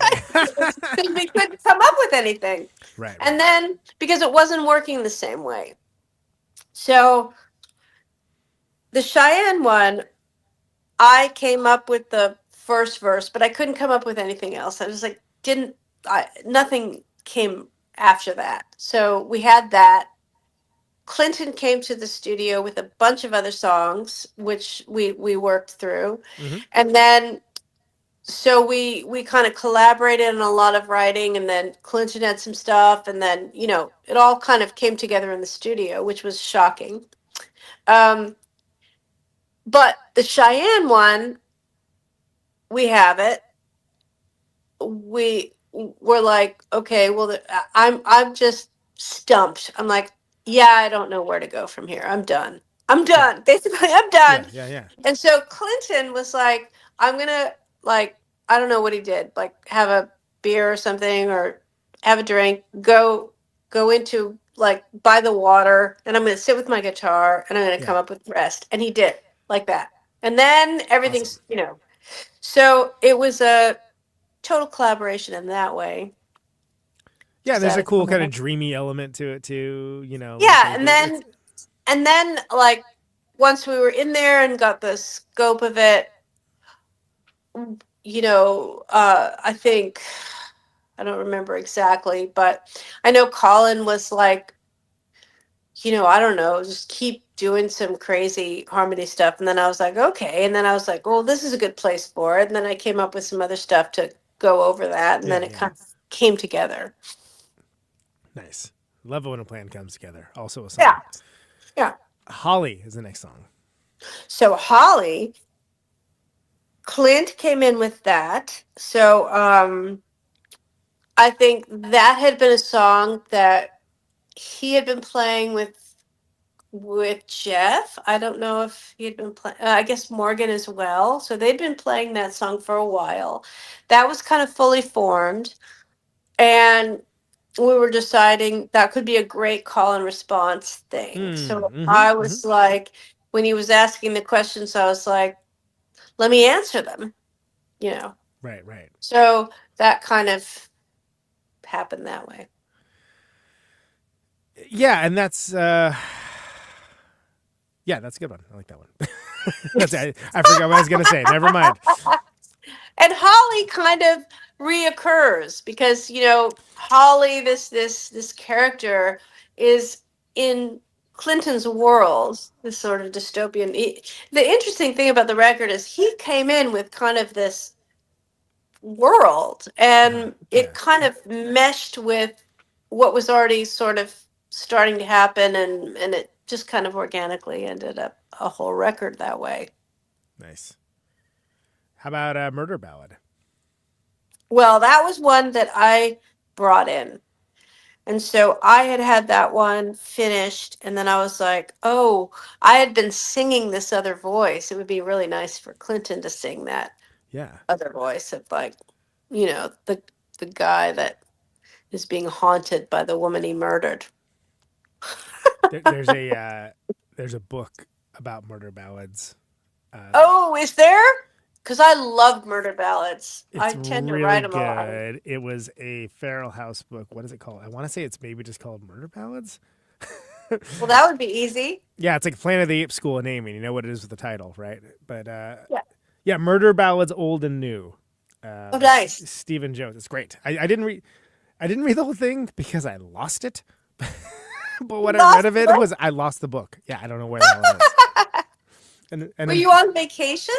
I just had it with me, and it's gone. Oh. I don't know. It's probably in. Oh, you're that guy that brings your book with you. That's really good. Yeah. That's ideally nice. I'll read it. Even I mean, because if I lose a book, it's usually under the bed or under the pillow. Well, yeah, it's gotten. I have a pretty prodigious bookshelf. Oh, I have a pretty prodigious bookshelf. That helps with keeping them at least in the same area. Yeah. Usually. What I've found is I have to limit myself. I can't read more than like 3 things at a time. Because first of all, come on. But secondly, like I'll just start leaving them around, and then anyway, whatever. You know what? I'll save it for the bookshop. All right. I mean, it's hard to date 3 people at once too. Damn, that's with the realness right there. Okay. Yeah, there you go. Yeah, but it's called Murder Ballads Old and New, and the author Oh, is nice. Stephen Jones, and it was very interesting because there were things that I hadn't thought about with those types of songs that it was kind of like, oh yeah, all right, cool, that's interesting to see where that came from. Very well done, well done. Kind of gets into the whole like. Although we do know where they come from. We do know where they come from. It Yes. sucks after a while. It's not great. It's not. It's a little depressing, and how that it kind of moves into like true crime now too. Yeah. About like how it's like, all right, now it's investigation, discovery, or whatever. I think murder ballads are like the adult fairy tales for kids. Like you kind of have to play out those horrible scenarios so you don't do them. Right. Yeah, and that by the naming of the thing and the telling of the story that it wards off the actual act or something. Yeah, exactly. Absolutely. Werewolf. Okay, that's the one that I talked about earlier, where I had decided that they were going in the wrong direction. But you were not into it, huh? Yeah. Yeah, but I absolutely love it. It's I love the direction they went into, and had I been in the room, I would have slowed things down probably because I would have naysayed. But I love what they did. Yeah. Well, because it does so much. I mean, there's it like shifts around, right? I mean, you've got like shifts around. It goes into this other weird little place, but it all works. I mean, I think it works. It gets pretty epic. Yeah. And it's sort of like, wow, this is quite the ride. Yeah. I was having trouble with the slowdown of my vocals a little bit. Yeah. I mean, I was like, I don't know. I mean, it was too experimental for my brain to deal with, which was interesting to me because I like things that go off in a weird direction and not in a straight direction. But it was almost too much for me. And it's it's a really special one because it kind of marks me becoming a more open person because I actually really love it. Yeah. Well, and then you have to, contend with it. Your first reaction was, if not revulsion, disinterest, right? Of just like, no, what is this? Well, I was pissed too because I was like, wait. Yeah, like, what did you do without me? Yeah, exactly. What did you do without me?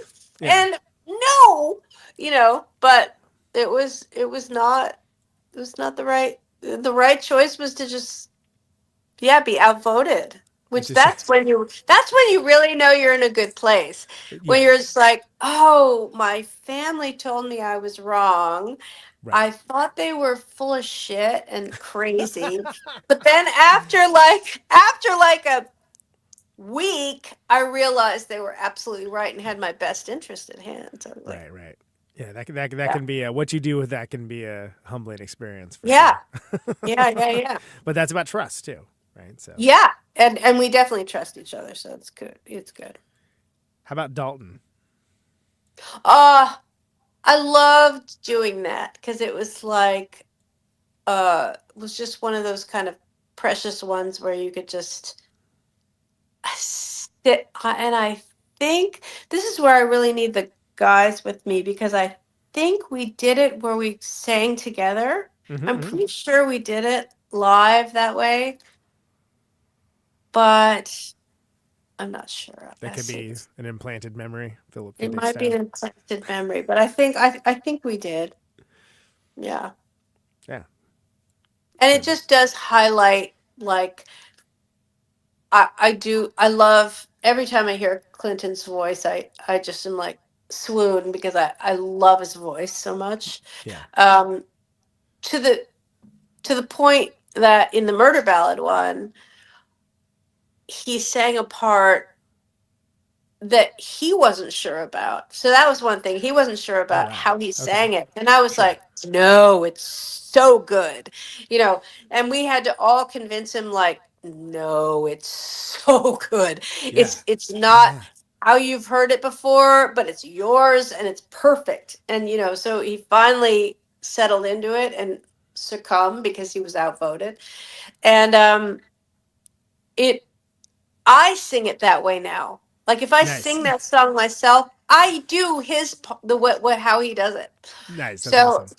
yeah, so the Dalton singing together, it was really beautiful how I just loved both voices together. Well, and again, like I said earlier, which led to the crooner discussion. I just don't feel like that there's tons of that. I guess caveat in most of the music, modern music I listen to. There probably is plenty of it that whatever. I don't care about the song, so why would I listen to it? But peace and love in my heart. I'm trying to be real here. It's something, and sometimes I wonder if it's just like a logistics thing, just because like doing like close harmony and stuff, it's hard. If you have bad monitors, you're screwed. You better have your part down, man. Right. Yeah, it's not easy. Just It's logistically, it's like. Although, can I comment about one thing you said? Because Sure. You said peace and love. Peace and love. I love that so much. I had a driver for the tour, and he was so kind of hiddenly angry. Like the anger was hidden a bit. So he would like be pissed off, and he was driving, and he'd be like, "Love you." Yeah, just like kind of an aggressive. I loved it yeah. It was like an aggressive love. I thought it was so awesome. Like just like love you. Yeah. I really love you. Anyway, peace and love. Okay, go ahead to the next one. Something for the Thrill is the next song. Oh, I love that one. Okay, so that might be my favorite one to do. I haven't done it yet because we've got to do it in public, and I'm really excited. I mean, we're like trying to figure out a set list, and I was like, can we do that one? Because that one is like, I'm in a band. Right. Yeah. And there's something about that song that is like the kind of band of my Gen X years that I love. It's like I'm ready to do it. I love that one. So that was a fun one for me because it made me think, oh my God, I'm actually in a band.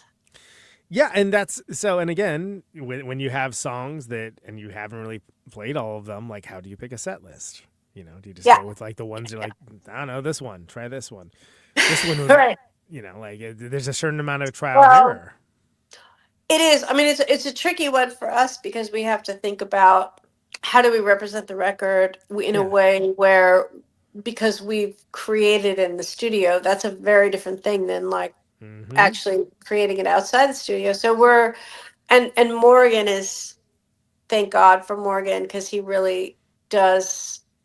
He has tricks to figure it out, so we're, and also like logistically, you don't think about like, okay, well, am I going to learn the bass? Am I going to bring the bass and the guitar? What do we do? Yeah. So we're figuring all that stuff out to make it economically smart too. Yeah. I lost audio on you for a second. I don't know what happened there, but I think is it back? Sorry, I just somebody was glitch in the matrix. Yeah. No, but that's something when you have a record that you've recorded, but you haven't played live yet. That's an interesting challenge to kind of reverse engineer it to like figure out what you can and can't do, right? And that's and so that dictates how you're going to do the set list, and also the set list has to be dynamic enough where it's like its kind of really shows what's going on. Yeah, and there's always the thing of, well, there's two things. I'll start with the negative one first. Right? Yes, I can't wait to play this. I'm so stoked about it, and you play, and people are just like, that's fine. And you're like, and then there's like the one where you're like, all right, yeah, this one's okay, I guess I'll try it out. And I was like, that's the one. And it's like, well, really? I do feel for like, oh my God, so who I really feel for are people that get a lot of success. Because there's something on my level of success, where I feel pretty successful in that, like the opportunities I've had and the experiences I've had, I feel successful for that. In terms of numbers and money, like not so successful, but Right. the Yeah, artistic beautiful, fulfillment. Yeah. yeah, but the beautiful part of being at this level is that first of all, you get a variety of these crazy ass venues that you know, like I I had an amazing experience because there are incredible people. I know I'm veering off. Is that okay? It's like what the show is. You're fine. Okay, Yeah. so I had an amazing experience of doing part of a Wilco tour, supporting Wilco, who I have to Okay. say, I cannot say more lovely things about those people. They're beautiful, lovely people to go on tour with. And their shows are huge. I mean, they're like, you can Different expect level. a different level. I like actually when I was, it's so funny because I'm so used to touring that I'm like their manager came up to me or assistant manager, there's lots of people on that tour, but said, you can have more on your rider than just water. And I was like, because I was so concerned with like every detail of money, and I was Right. just like, Yeah. I know what it is like to tour, and I Because was you're just running it trying like to, you would your so, tour. That it's like, yeah, we and have I'm to trying to keep also it keep, overhead low. and you want to keep a low carbon footprint. It's like a great opportunity. You want to Sure. do the best job, whatever. So, but it's like those stages are, it's beautiful because you can go on a stage, you're going to get the best sound, you're going to get the best little green room thing, you're going to get everything you need is there. It's almost the same everywhere you go. Yeah. And in that way, I have to say, like, absolutely, I'm not saying I don't want to be on that level. Yes, I would like to be on that level. Right. But Sure. what I can appreciate on my level is that my shows are wackadoodle. They're like, I could play a garage one day. Yeah, You know what yeah, I mean? yeah. I could play Yeah. in a garage in someone's house or a porch, or I could play in a beautiful old theater, or Yeah. it changes all the time. And I love those experiences. I love having it be, I'm on a level where my Instagram is so small I can actually reply to people. I mean, that Right. shit's awesome. It's Sure. Yeah. Yeah. Yeah. it's actually awesome. It's not Yeah. for the money, but it's awesome for the joy of doing what you're doing. And people And are. I don't know how, They I can don't be know how I present. got on this tangent, but Well, what's no, it's a that? good one though. That people can be present at the show, and they can, and that they're engaging with the music at a different level than someone that's just Yeah. like, oh, it's some nice middle manager from the town over who just is at the show because he like knows a song or something. Like you're engaging, you're getting a deeper level of engagement as well. That is Well, fun. yeah, I mean, they get a deep level of engagement. Oh, Like, I'm sure people, they do for them, and it's I'm sure people are beautiful. respectful for the openers Yeah. too. But yeah. Oh, they're insanely respectful. I mean, I was shocked at how the whole thing was beautiful. I cannot say a bad thing about it. But there was a moment where, so here's an example. There was a moment where it was a longer drive, and these people at the Bros Hotel. Have you ever been to Peonia, Colorado? No. Okay. I've been Well, all over Colorado, but I have not been there. Yeah. I'm going to plug it because it's an Okay. amazing place. It's like a weird ass place. It's like a ghost town it's a ghost town with really good coffee I and mean, culture. I'm in. It's amazing. Come here. So what is it? What is it again? What is it? I'm looking at it It's right it's called Peonia. now. Okay. That's the town, Peonia, Okay. Colorado. And the Bros Hotel is this bed and breakfast, and these two lovely, lovely people that are the innkeepers. They had reached out to me and said, "I see you're coming through here. You want to do a show?" And I was like, "Yeah." And so I did the show, and it was like totally acoustic. Nice.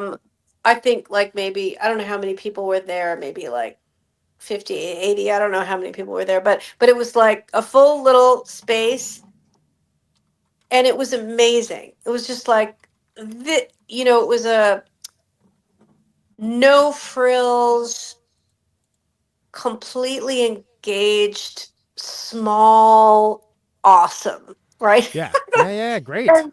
And obviously the other is fantastic, and I'm just saying it was a nice sort of check-in where you can just like walk into this little hotel, this weird town, walk into the radio station, hang out with these amazing people, and engage in a way you almost can't on an everyday level with when you're on that scale. Right. And it's because, again, most people wouldn't even be able to look at them. I literally had to look it up on the map right now to realize I have been through there one time on the way to Black Canyon of the Gunnison. Not even on the normal tour route. One time. Well, yeah. Well, call those guys. Stay at the Bras Hotel. All right. And I'm telling you, because it's a beautiful experience, and they love music. They absolutely love music. That's and right. they put stuff on all the time, and they do little festivals and stuff. They're fantastic. So, but I guess so what I'm trying to say is basically, I don't want anybody to think that I don't want to get on the level of Wilco. I would love to get on the level of Wilco. But Sure. I have to appreciate where I'm at now, Right. And the beauty of those guys is that they absolutely appreciate everything because they're sweet people. They're very, very sweet people. Yeah. Which, again, that's something that comes easier for some people than others. But I mean, boy, Yes, I having grown up in basically nowhere, I appreciate all of it. You know what Yeah, I mean? Oh, yeah, something's happening. absolutely. Great. Yeah. I'll never take it for Right? granted. Yeah. So that was something for the thrill. Okay. Yeah. That went off on a tangent. Yeah. A little bit. It's what the show does. It's Yeah. the tangents are the most fun part, right? It's, Oh yeah. Yeah. Yeah. So we have the block rocker, No Shape I Know is the next one. Oh yeah. No Shape I Know. How does that one go? That's you want me to hum it for you? I can hum the drum Yeah, beat. I do actually. We can. Hold on, From I can inside play the- it. I can play it. Hold on, I don't have it. Never mind. I don't have it. Freaking God. Hold on. It's so funny. I don't. Freaking show. Hold on. Let's go back. Let's go to the next one and come back. Okay. Right. So it's funny that one. Yeah, I got it. Okay. Sorry. So that one, I love that one, but I relate to it less than the other ones. Okay. You know what I mean? So Okay, that's sure. the funny thing is whenever you say no shit, anybody else says the name of it, I'm like, which one? Yeah, it's the one after the heavy sounding one. Right. So it's the one I relate a little less to, but I love doing it. Yeah. And it's funny. I think when I say I relate to it less, I think it's that one's a little less my sensibility. But Well, I it's kind of appreciate electronic, it. right? And it's like you get some programmed drums and stuff, and that's kind of I interesting. I do love the electronic. Yeah. I love the electronic stuff. But it's it's like it's just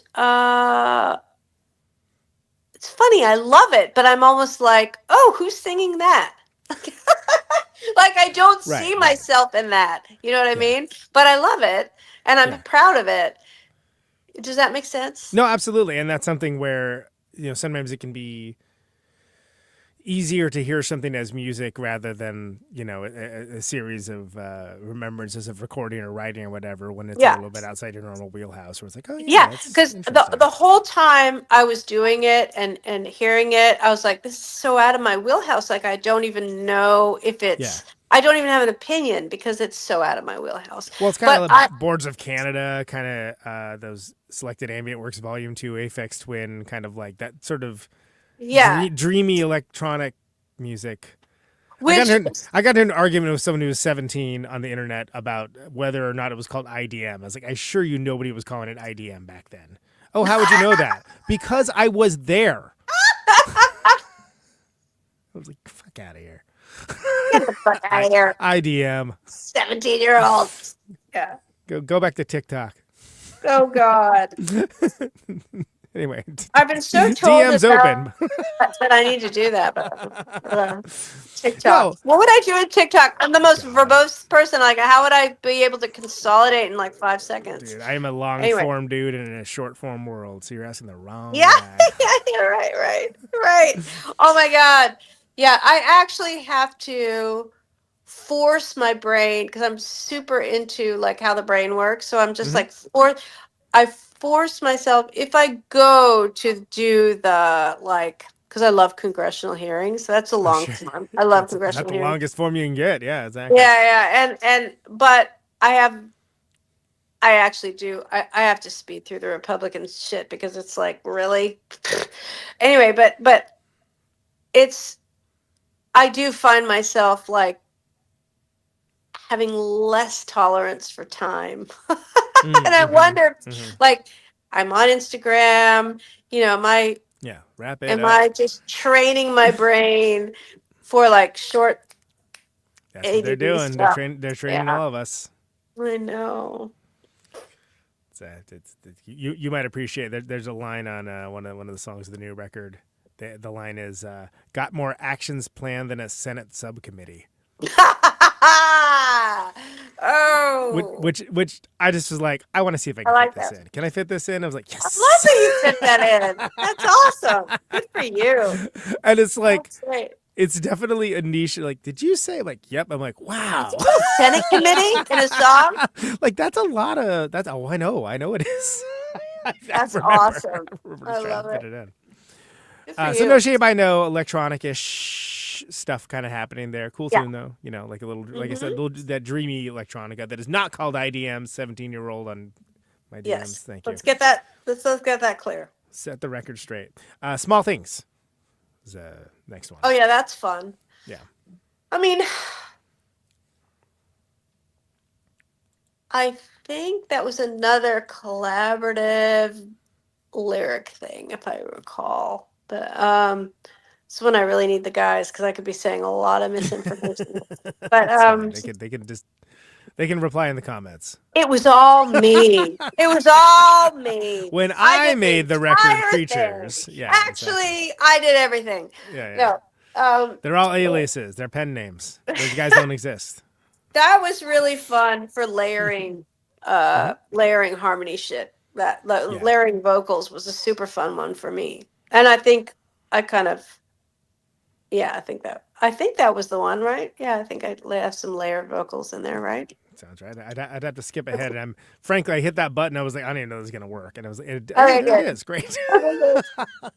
Good. Constantly surprised by technology over all these years. Okay, next. Old Collapser. Ooh, so Old Collapser has been. That was my favorite, and like it's a sign of a good record for me in that the favorites change a lot, which is really great. Sure, yeah. But Old Collapser was the original favorite, and Clinton came with that song, and so what I want to say about it would be, I just identified with it so much. And I remember I had like the rough mix in the car and I was driving back to Seattle through Canada with that song on a loop. And it was just amazing because it was just like these canopies of trees and just this like beautiful days that turned to cloudy, and it was just perfect for that song. I just loved it. So I don't know what to say. I don't know what else to say about that. That's a little anecdote. Awesome. That's a great little story. You can, okay, good. You don't need to. Okay, doesn't all need to be James Joyce. It's fine. Okay, good. Saw the Wave. It's the last song on the record. Oh yeah. How does that one go? That's it. I could pop it on. Maybe. Right. Yeah, that was great. Kind of Neil Young-ish. I mean, I don't. What does that mean, Neil Young-ish? Dumb. It's so funny because the things it's God, everything is in a little bit of a blur, but like when you played that little bit, Yeah. I remembered it was actually really helpful to play that little bit because I could have done that the whole time. I did this with Tim and Yet for when we looked at a Silkworm record. I actually played all the music. The problem is like YouTube, especially. I love that guy. Oh, he's the best. Can we just talk about how much we love Tim is Yet? Treasure of a human. I mean, what an amazing, and also his entire family. Yeah. Like, not many people can be an amazing person, amazing musician, and an amazing purveyor of beef rub. And yet he managed to do all of those things. Does he still do that beef rub? I think so. I mean, I have a couple canisters of it. I haven't gotten it in a while. I've kind of bought in bulk, and I realized you have a couple canisters left because I ran out of mine. Okay, anybody that listens to this has to get it because it's like the best rub you'll ever get in your life. That's another thing you can put with the nuts in my throat. Anyway, but he's still selling them. He puts them in the smaller. He puts them in the pouches now too. At the time, he used to have just like the bigger canister, and I bought like 4 of them or something. I was like, wow, I think I overestimated the amount of times I use beef rub. But I mean, it's fantastic, and it works on stuff that's not just beef. I put it on chicken. Like it's good on waffles. You could put it on a cocktail. You could put it in a cocktail. I mean, it's like, I didn't do that yet. Wow. Yeah, I think I've done it in a cocktail. I'm not even kidding. So, which says something maybe about me, but he's website's still up. I guess we could message him and be like, hey Tim, what's up with the rub? Message him. What's up with the rub? I mean, I'll put it in the just in the chat. Do it right now. So he's just like another person. That's the Steve Albini and like Vicky and Lila, his wife and daughter. Like these are just like incredible people that come out of the Steve Albini pool. Steve Albini cinematic universe. Yeah, Kim Deal being one of them too. Like just amazing. Anyway, yeah. So I think of sitting in that. I think of sitting in Collins for that particular song. I think of sitting in his studio, which is like anybody where it's easy to get to Victoria, BC and want to record a record. It's such a beautiful place to do it. And it's so comfortable. He's got a lot of lava lamps. Can I tell you? Yeah. The first time I saw Silkworm was with Shellac in Victoria. Really? Yeah, my friend, the one who just passed away, talked me into like, hey, do you want to go see Shellac play in the Northwest? I'm like, sure, I'm not doing anything. And so we flew up to Seattle, and we saw them in Seattle and Victoria and Vancouver. But I missed them. I missed Silkworm in Seattle, but I saw them in Victoria. Yeah. And I was like, I'd heard a couple of their songs, but I didn't really know them that well. And I was like, wow, this band's really good. This is like, God, 96 or something, right? This is like forever ago. And I'm just like, I've never even been to Canada. I wish I saw them. Well, and it was wild too, because it wasn't a huge, it was a beautiful venue, like that, cobblestone streets, like all the whole Victoria thing, right?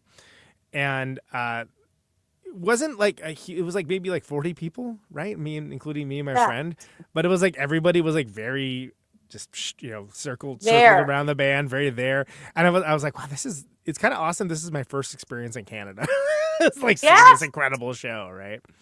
And we had to take a boat to get there, and I was like, I'm on this boat now. All right, it's cool. So nice. It's so nice. It's so civilized and nice. Yeah, it's really nice. I like it up there. I haven't played that side of Canada. I've only played Eastern Canada, but I would love to get up and play. If nothing else, it's an excuse to visit. Of like, let's see what it's like. Because this is like, God, I was like 22 or something. So that was a while ago. So it was last year, is what I'm saying. But, yeah. No. No, it definitely was not. No, definitely not. But it's so Victoria, especially. Like, Vancouver's cool, but it's like, I feel like Vancouver, much like Toronto, it's like, oh, you're like, it's just like a parallel universe where everyone's a little nicer and there are different snacks, and the money looks different. Okay. Like, it's great. Victoria's just beautiful. Oh, yeah. It's beautiful. Yeah, it's that's definitely you are somewhere else. Like, you're in a storybook right now. I don't know what you got going on, but now you're in a storybook. Congratulations. I love storybook places. Yeah. Montreal, that's Montreal's a similar little too. storybook. Yeah. It is. In fact, you're playing Montreal. Nova Scotia's like kind of storybook too. Never been in Nova Scotia, but I love Nova Scotia. I like it. Yeah, I'd like to go someday. But anywhere on the water is really good. Yeah, that's a good rule. That's a good rule. Yeah, it's a good rule. So Saw the Wave. Anything on that song? Anything else? No, I mean just being in that studio. That song makes me think of being in that studio, which was really so. I think of lava lamps. I think of semi-stoned people, and I think of like singing quietly later at night for that one. Yeah, I think it's a cool record, and I think it's definitely, I like the other one as well. I thought that like from out of the gate on that one, Pacific Coast Highway. I love that one. It was like you're hitting kind of different. This is a different sort of thing, and so it's neat to see that sort of develop. Yeah. Are there? So I know there's some Canadian dates coming up. Like, what's the deal for folks being able to see it? Is it like just sort of like test out the waters, so to speak, and see how it goes, or like what's the scene there? It's like, oh my God! Thanks to our manager Carrie Clark, we've got like a lot of great shows in Canada doing the kind of festival tour, and hopefully we'll be. It's not easy to go out as 4-piece, going out solo is really hard. Like I just did it going out solo, and I was like, ooh, I mean, you can kind of come home with some money. So 4 pieces, it's tough. And she did a great job of getting us festival stuff, which makes it possible. Right. So like the hope is we can keep doing it and keep making I'm sure like Canada's a beautiful place. Like we'll always be able to get a grant to make a record, probably, hopefully. Yeah. I say that. I say we always. I don't know. Hey, Canada, we're ready for another one. Like, well, I don't know. That last election went better than our last election. So. Oh, I know. But at least we don't at least Canada is still an option for escape. Right? Yeah, it was not going to be an option for escape before, but so. I mean, I'm really hoping that I'm excited because I think that it's going to be great. I think it's going to be fun, and I think we're going to do great shows. I'm confident. I hope in this music climate that we can find a way to keep going. I mean, we'll keep going because we'll keep making records, but getting out there is another thing. It's harder and harder. Yeah. But we'll do it. I mean, yeah. Yes. So I mean, we haven't even gotten on Spotify. We haven't even talked about Spotify yet. Oh God, it'll be a whole other podcast. Yeah. Jeez. Yeah. No, I think it's a really cool record. I think it's a really cool record, even if somebody has never heard any of your solo albums. I think you can engage with it in a way that you don't need like that back. I think if you do, I think it's interesting because it's like, oh wow. It's kind of totally different. Yeah, totally different vibe. And I think that's cool. But again, I'm coming from the perspective of, if somebody's like a great musician, it's like, well, they don't necessarily just have to do the one thing you know them for, too. And like, I there's nothing wrong with like AC/DC or the Ramones or whatever, but it's like, sometimes it's nice to hear somebody do something different. It's interesting. I mean, that's the interesting thing about the pursuit of art, right? It's like, and really, if you're not worried about anything, if you're not worried about it, and Steve Albini, going back to Steve Albini, like he said, I think Kennan at one point, maybe it was during Dogs, like the first recording we were doing, he was like, "Do you think she can have a career in music?" Like I think he asked him that question. Oh my God! And no. I, because I was just I was just starting. It was my first record. I was just starting. I was starting very late, and and he was like, "Do you think she could?" It was like in the control room, and his answer was, "Why would she want to?"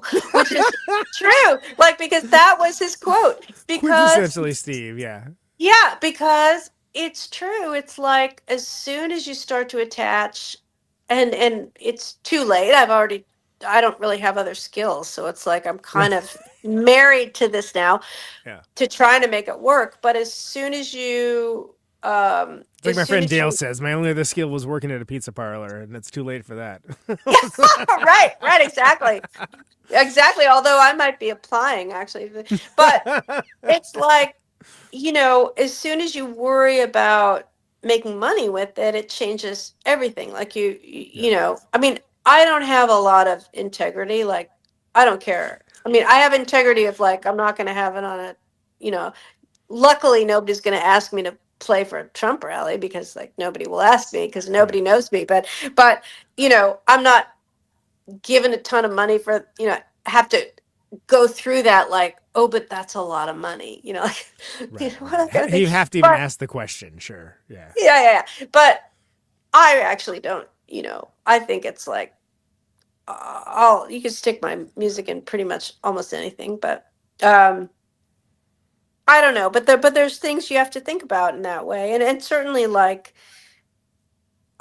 I never think artistically, like I never think about, oh, was that gonna maybe because if it hasn't happened yet, but basically like I'm not gonna think of like, ooh, is this gonna get me a big slot on Start something? picking out your outfit But for the like, Grammys. Yeah, Exactly. I'm gonna get a Grammy for this song. Like clearly I'm not gonna get a Grammy for this song, but. So I suppose I shouldn't talk because people on that level might have a different take on it. It might be a lot harder, But what am I even talking about now? Now I'm like going off. I'm going off on I think such ultimately a tangent. you're kind of talking about What are we talking succeeding about? on your own. Yeah, it's like. Well, I guess. Oh, so I guess my point is that as an artist, you try shit and fail, and you got to be willing to fail. You got to be willing to do like something different, or you might lose half your people and gain some other people. But like in the end, it's just your journey as an artist, which has nothing to do really with anybody else, but your own expression of your own art, Well, yeah, and what your definition of success happens to be. Like, if you really love the act of doing it, writing if you really love money, if you really, I really love money, do something else. I do really love money, but clearly I don't love it enough. I don't love it enough to like do something to make it for me, but yeah. But if you like engaging in the world of creativity and like, writing and recording songs and releasing songs and going out and playing shows in the world and, I mean, you can, your definition of success can modulate to be whatever it is you're doing. Like you make the journey itself the destination, right? Absolutely. And there's nothing more satisfying and like amazing than to having somebody go up to you and say, oh, this really meant something to me, what you're doing. Yeah. It's like, oh my God, when does that happen? I mean, that's amazing to have that happen. I mean, amazing. That is like the biggest success you can get, is somebody coming up to you and saying that. And to have different epochs of time where you've been able to do that, pretty good. Pretty good. Like, that's like, it's not over yet. I'm not climbing into the casket just yet. No, absolutely not. Absolutely not. No, I'm not climbing in a casket. I'm waiting for the pill to stop the process. Aren't you? That got bleak. Sure. I mean, I think death is totally unnecessary. I did go to we were lucky enough to go play 2 weeks of shows in Japan. And I've never done that. How was that? I mean, people overuse the term life-changing in my opinion, but it was a life-changing experience. It was I've heard it's amazing to go to Japan. I would love to go to Japan. Totally amazing. We had one day off and we went to the base of Mount Fuji. Wow. It's a forest there that is very famous and is unfortunately very famous for a lot of things, not the least of which is that it's like known as the suicide forest. Oh, shit. Oh, that place. Yeah. I know that place. But it's incredibly beautiful and like still, and like it has such a unique like presence and feel to it. It was like one of those things where it's like, well, that may be one of the things that it's known for, but people do that there because it is so tranquil and peaceful. So yeah, and it was just a really beautiful, wonderful experience. Mm-hmm. And I was like, cool. Last bus leaves at 6, and there's not any bus after that, so we gotta Oh, get really? going. Yeah, you're staying overnight, and that sounds like the setup to a horror movie. Sorry, not gonna Yeah, do yeah, that. yeah. But why am I telling that story? But then you got to question. You got to question if Oh, it was actually suicide. well, and I'm not, and whatever. I actually, wrote a record about depression and mental health, but it's like I'm not at the point that I would ever do that, even though I used to think about it all the time. But I can definitely. You used to think about it. Oh yeah, absolutely. Yeah. Yeah. That's. What they call it, suicidal ideation, right? I think that's Yeah. what the term is. I mean, that's a very real. That's a I was very like, real everyone thing. else doesn't? Oh, just me, huh? Okay. It's like when I Whoops. catastrophize on the freeway. I thought everybody imagined fatal accidents when they're Okay, the yeah. first 10 minutes of the freeway, right? Yeah, exactly. But It's the thing, so the thing about the suicide thing is I just think that subject is so important to talk about for obvious reasons. But it's so important to talk about because it's you do have to just wait, and things will change. Things Exactly. will always change. Do you know? Do you know Dave Pajo? A friend of mine, Slant. Yes, Gang of Four. I don't know that I didn't. He was at the memorial, Steve's memorial. Oh, sure, of course, yeah. But I didn't meet him. I mean, I feel like I know him because so many people that I know are connected to him, and so I almost feel like I must have met him, but I don't know. I don't think I have. He's a very amazing, just wonderful, beautiful human being. I made a record with him. That's what I've heard. Yeah. And Vern from Unwound and LKN, and two of them are gone, and the other two are me and Dave Pajo. But he had he speaks very frankly about the fact that he committed suicide. He attempted suicide and was not successful. Obviously, he's still around. Thank God. But he talks so frankly about what led him to that, and the epiphanies he had after that and I think that's it's so stigmatized, right? That it's something where it's God, it's so he's put so much amazing art into the world, but the fact that he's able to share his experiences and to say that even someone that, again, a musician that would be considered by most objective metrics to be successful at what he's doing doesn't matter.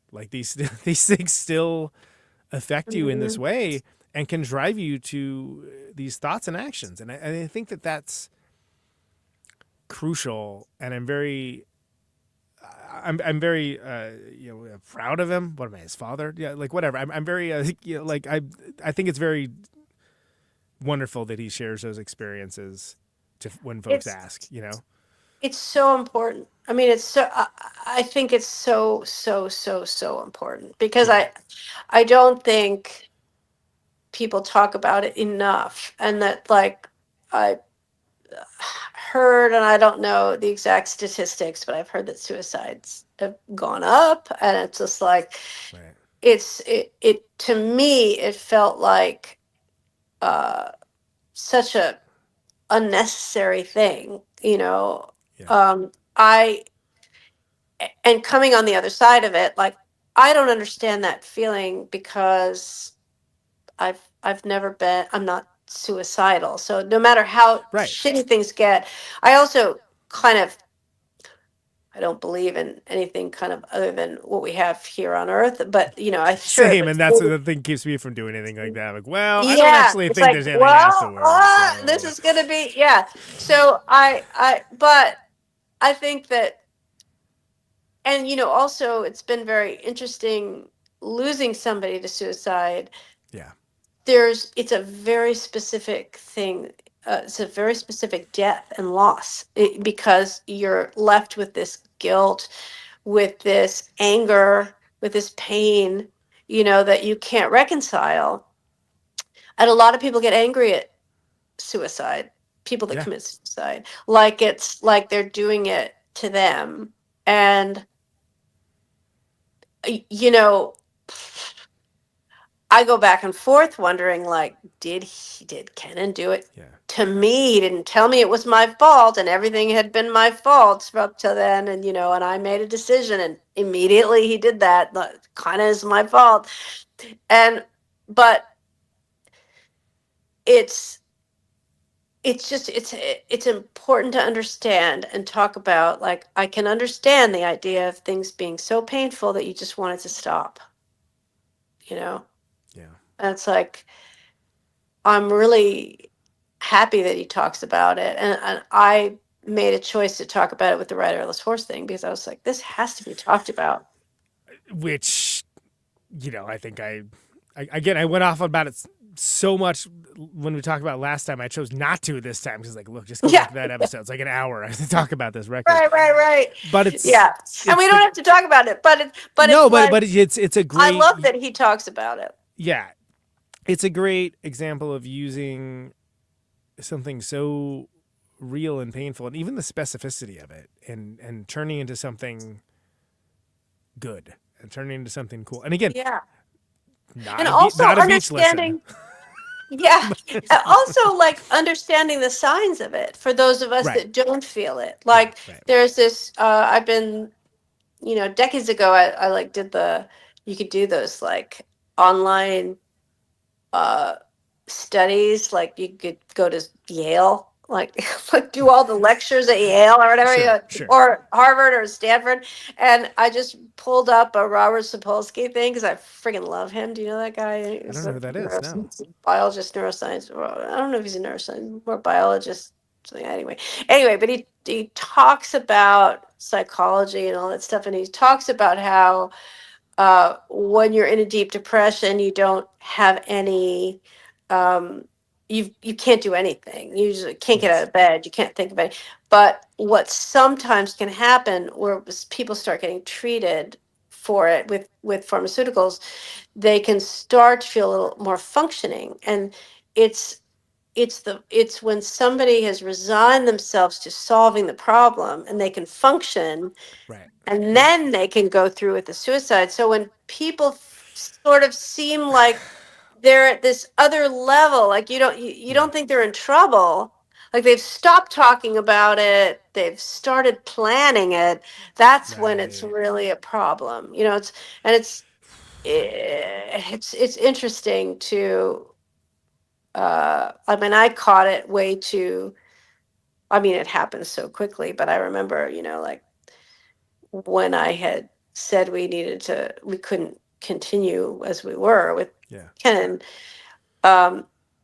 he was just like, you're really doing this? And then I was like, well, I think we have to. And then he gave me a bunch of things. And when I left I left the apartment for him, and I went where I was going to stay, and I looked through it, and it's all his baby pictures, and I was like, oh, something's not right. And that's when I started looking for him, and it's like, it happened like that. But yeah, those things are just, it's fucking hard to be human, right? Yes, it I is. guess that's how we leave the conversation. It's like, it's fucking hard to be human. It really is. How do we help each other through it? I don't know. Well, and that's, where music as an empathy machine can be so useful. And, people say it all the time, life-saving, right? Where it's like, you find, and sometimes through vagaries, sometimes through specificity, like you can find pathways out and around that can change your worldview. Yeah, absolutely. And sometimes in ways that maybe you can't even articulate. And that's amazing. And that's the power of music to transform lives. Small level. So, wow, we really touched it all, didn't we? Boy. We did touch it all, and I will end it like we have to find ways. We have to find ways. So I'm going to end it this way. Okay. Right. But we have to keep the human. We have to keep the humans in the room. Like AI needs to stay out of the humanities. We need to keep the humans in the room, and we need to kind of support them too, which is all the fucking Daniel X of the world. the humans in the room and encourage those humans to maintain their humanity as well, which has been a watchword throughout all of recorded time. But it's worth remembering. Nastasia, it's such a pleasure to have you. Oh, it's so fun. It's always so fun. I love the record. I hope to see y'all play it at some point. And, yeah, we'll see. Awesome. But yeah, anything else other than the keep the humans in the room? Keep the humans in the room. Keep the humans. Yeah, that's what I say. Keep the humans in the room. Yeah. Awesome. Nastasia, thank you so much. Super fun. It's always fun to talk to you. And you're welcome literally anytime. You can just awesome. We don't even need to turn the streaming on. We can just talk. Good. Oh, wait. Speaking of which, I forgot to hit record. Kidding. Joke. Well, I've got nothing to do. I'll just make another gin and tonic. Yeah, exactly. Fix yourself a drink. Let's strap in, people. Yeah. All right. Nina, take care. All right. You too. All right. There she goes. Nastasia. Awesome human being, awesome artist. Let's listen to Something for the Thrill.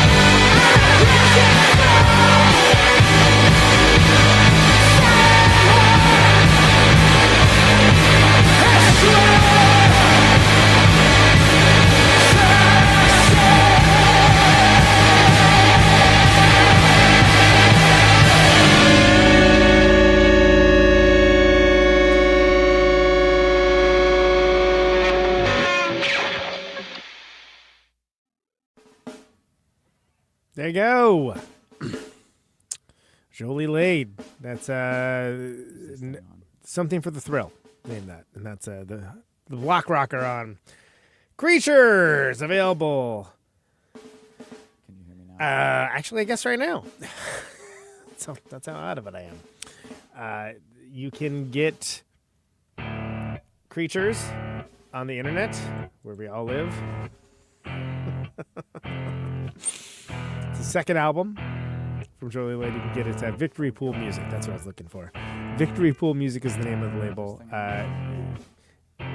It's in your podcast thing, but Jolie space Laide.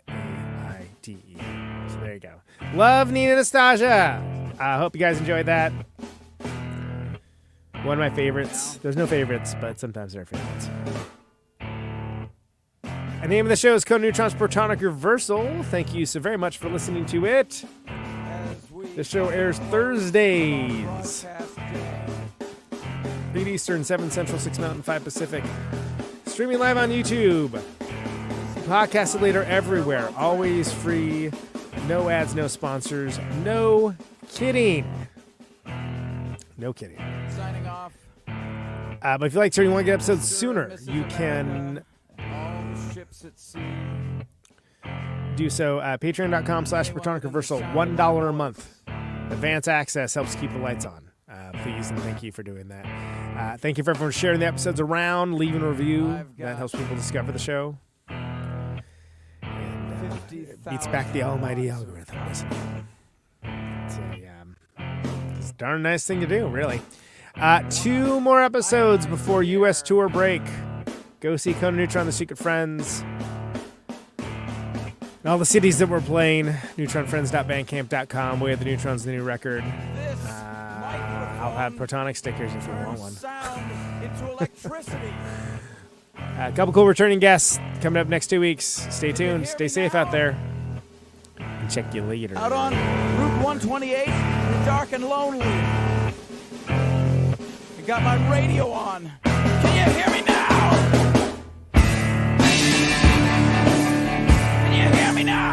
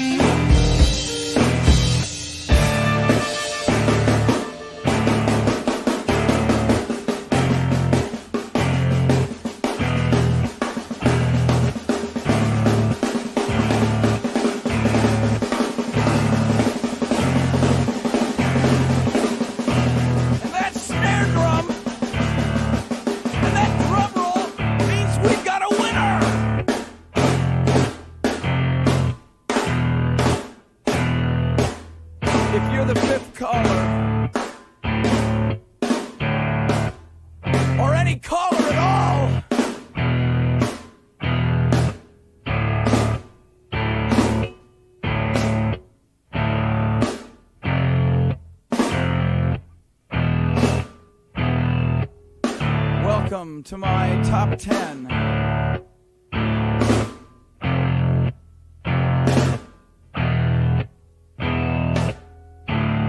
I'd like to thank our sponsor. But we haven't got a sponsor. Not if you were the last man on earth. She was prepared to prove it.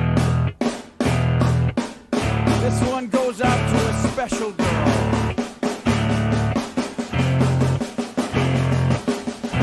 But there is no special girl.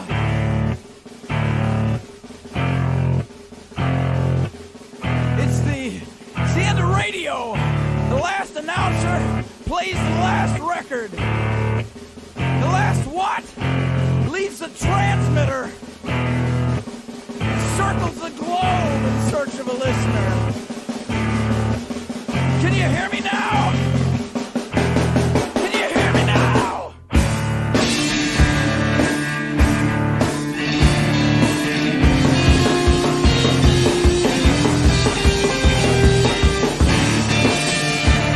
Can you hear me now?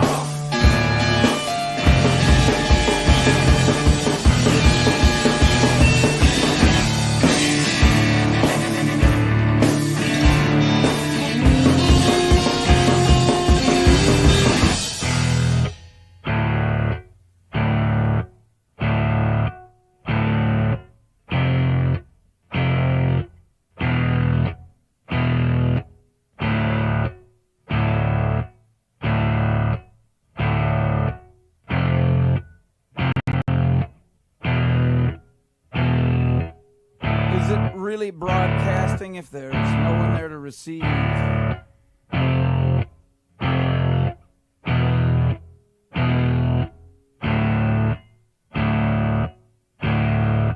It's the end of radio.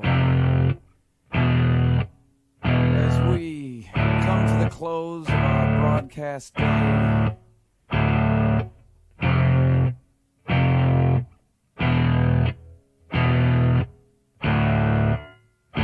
got my radio on.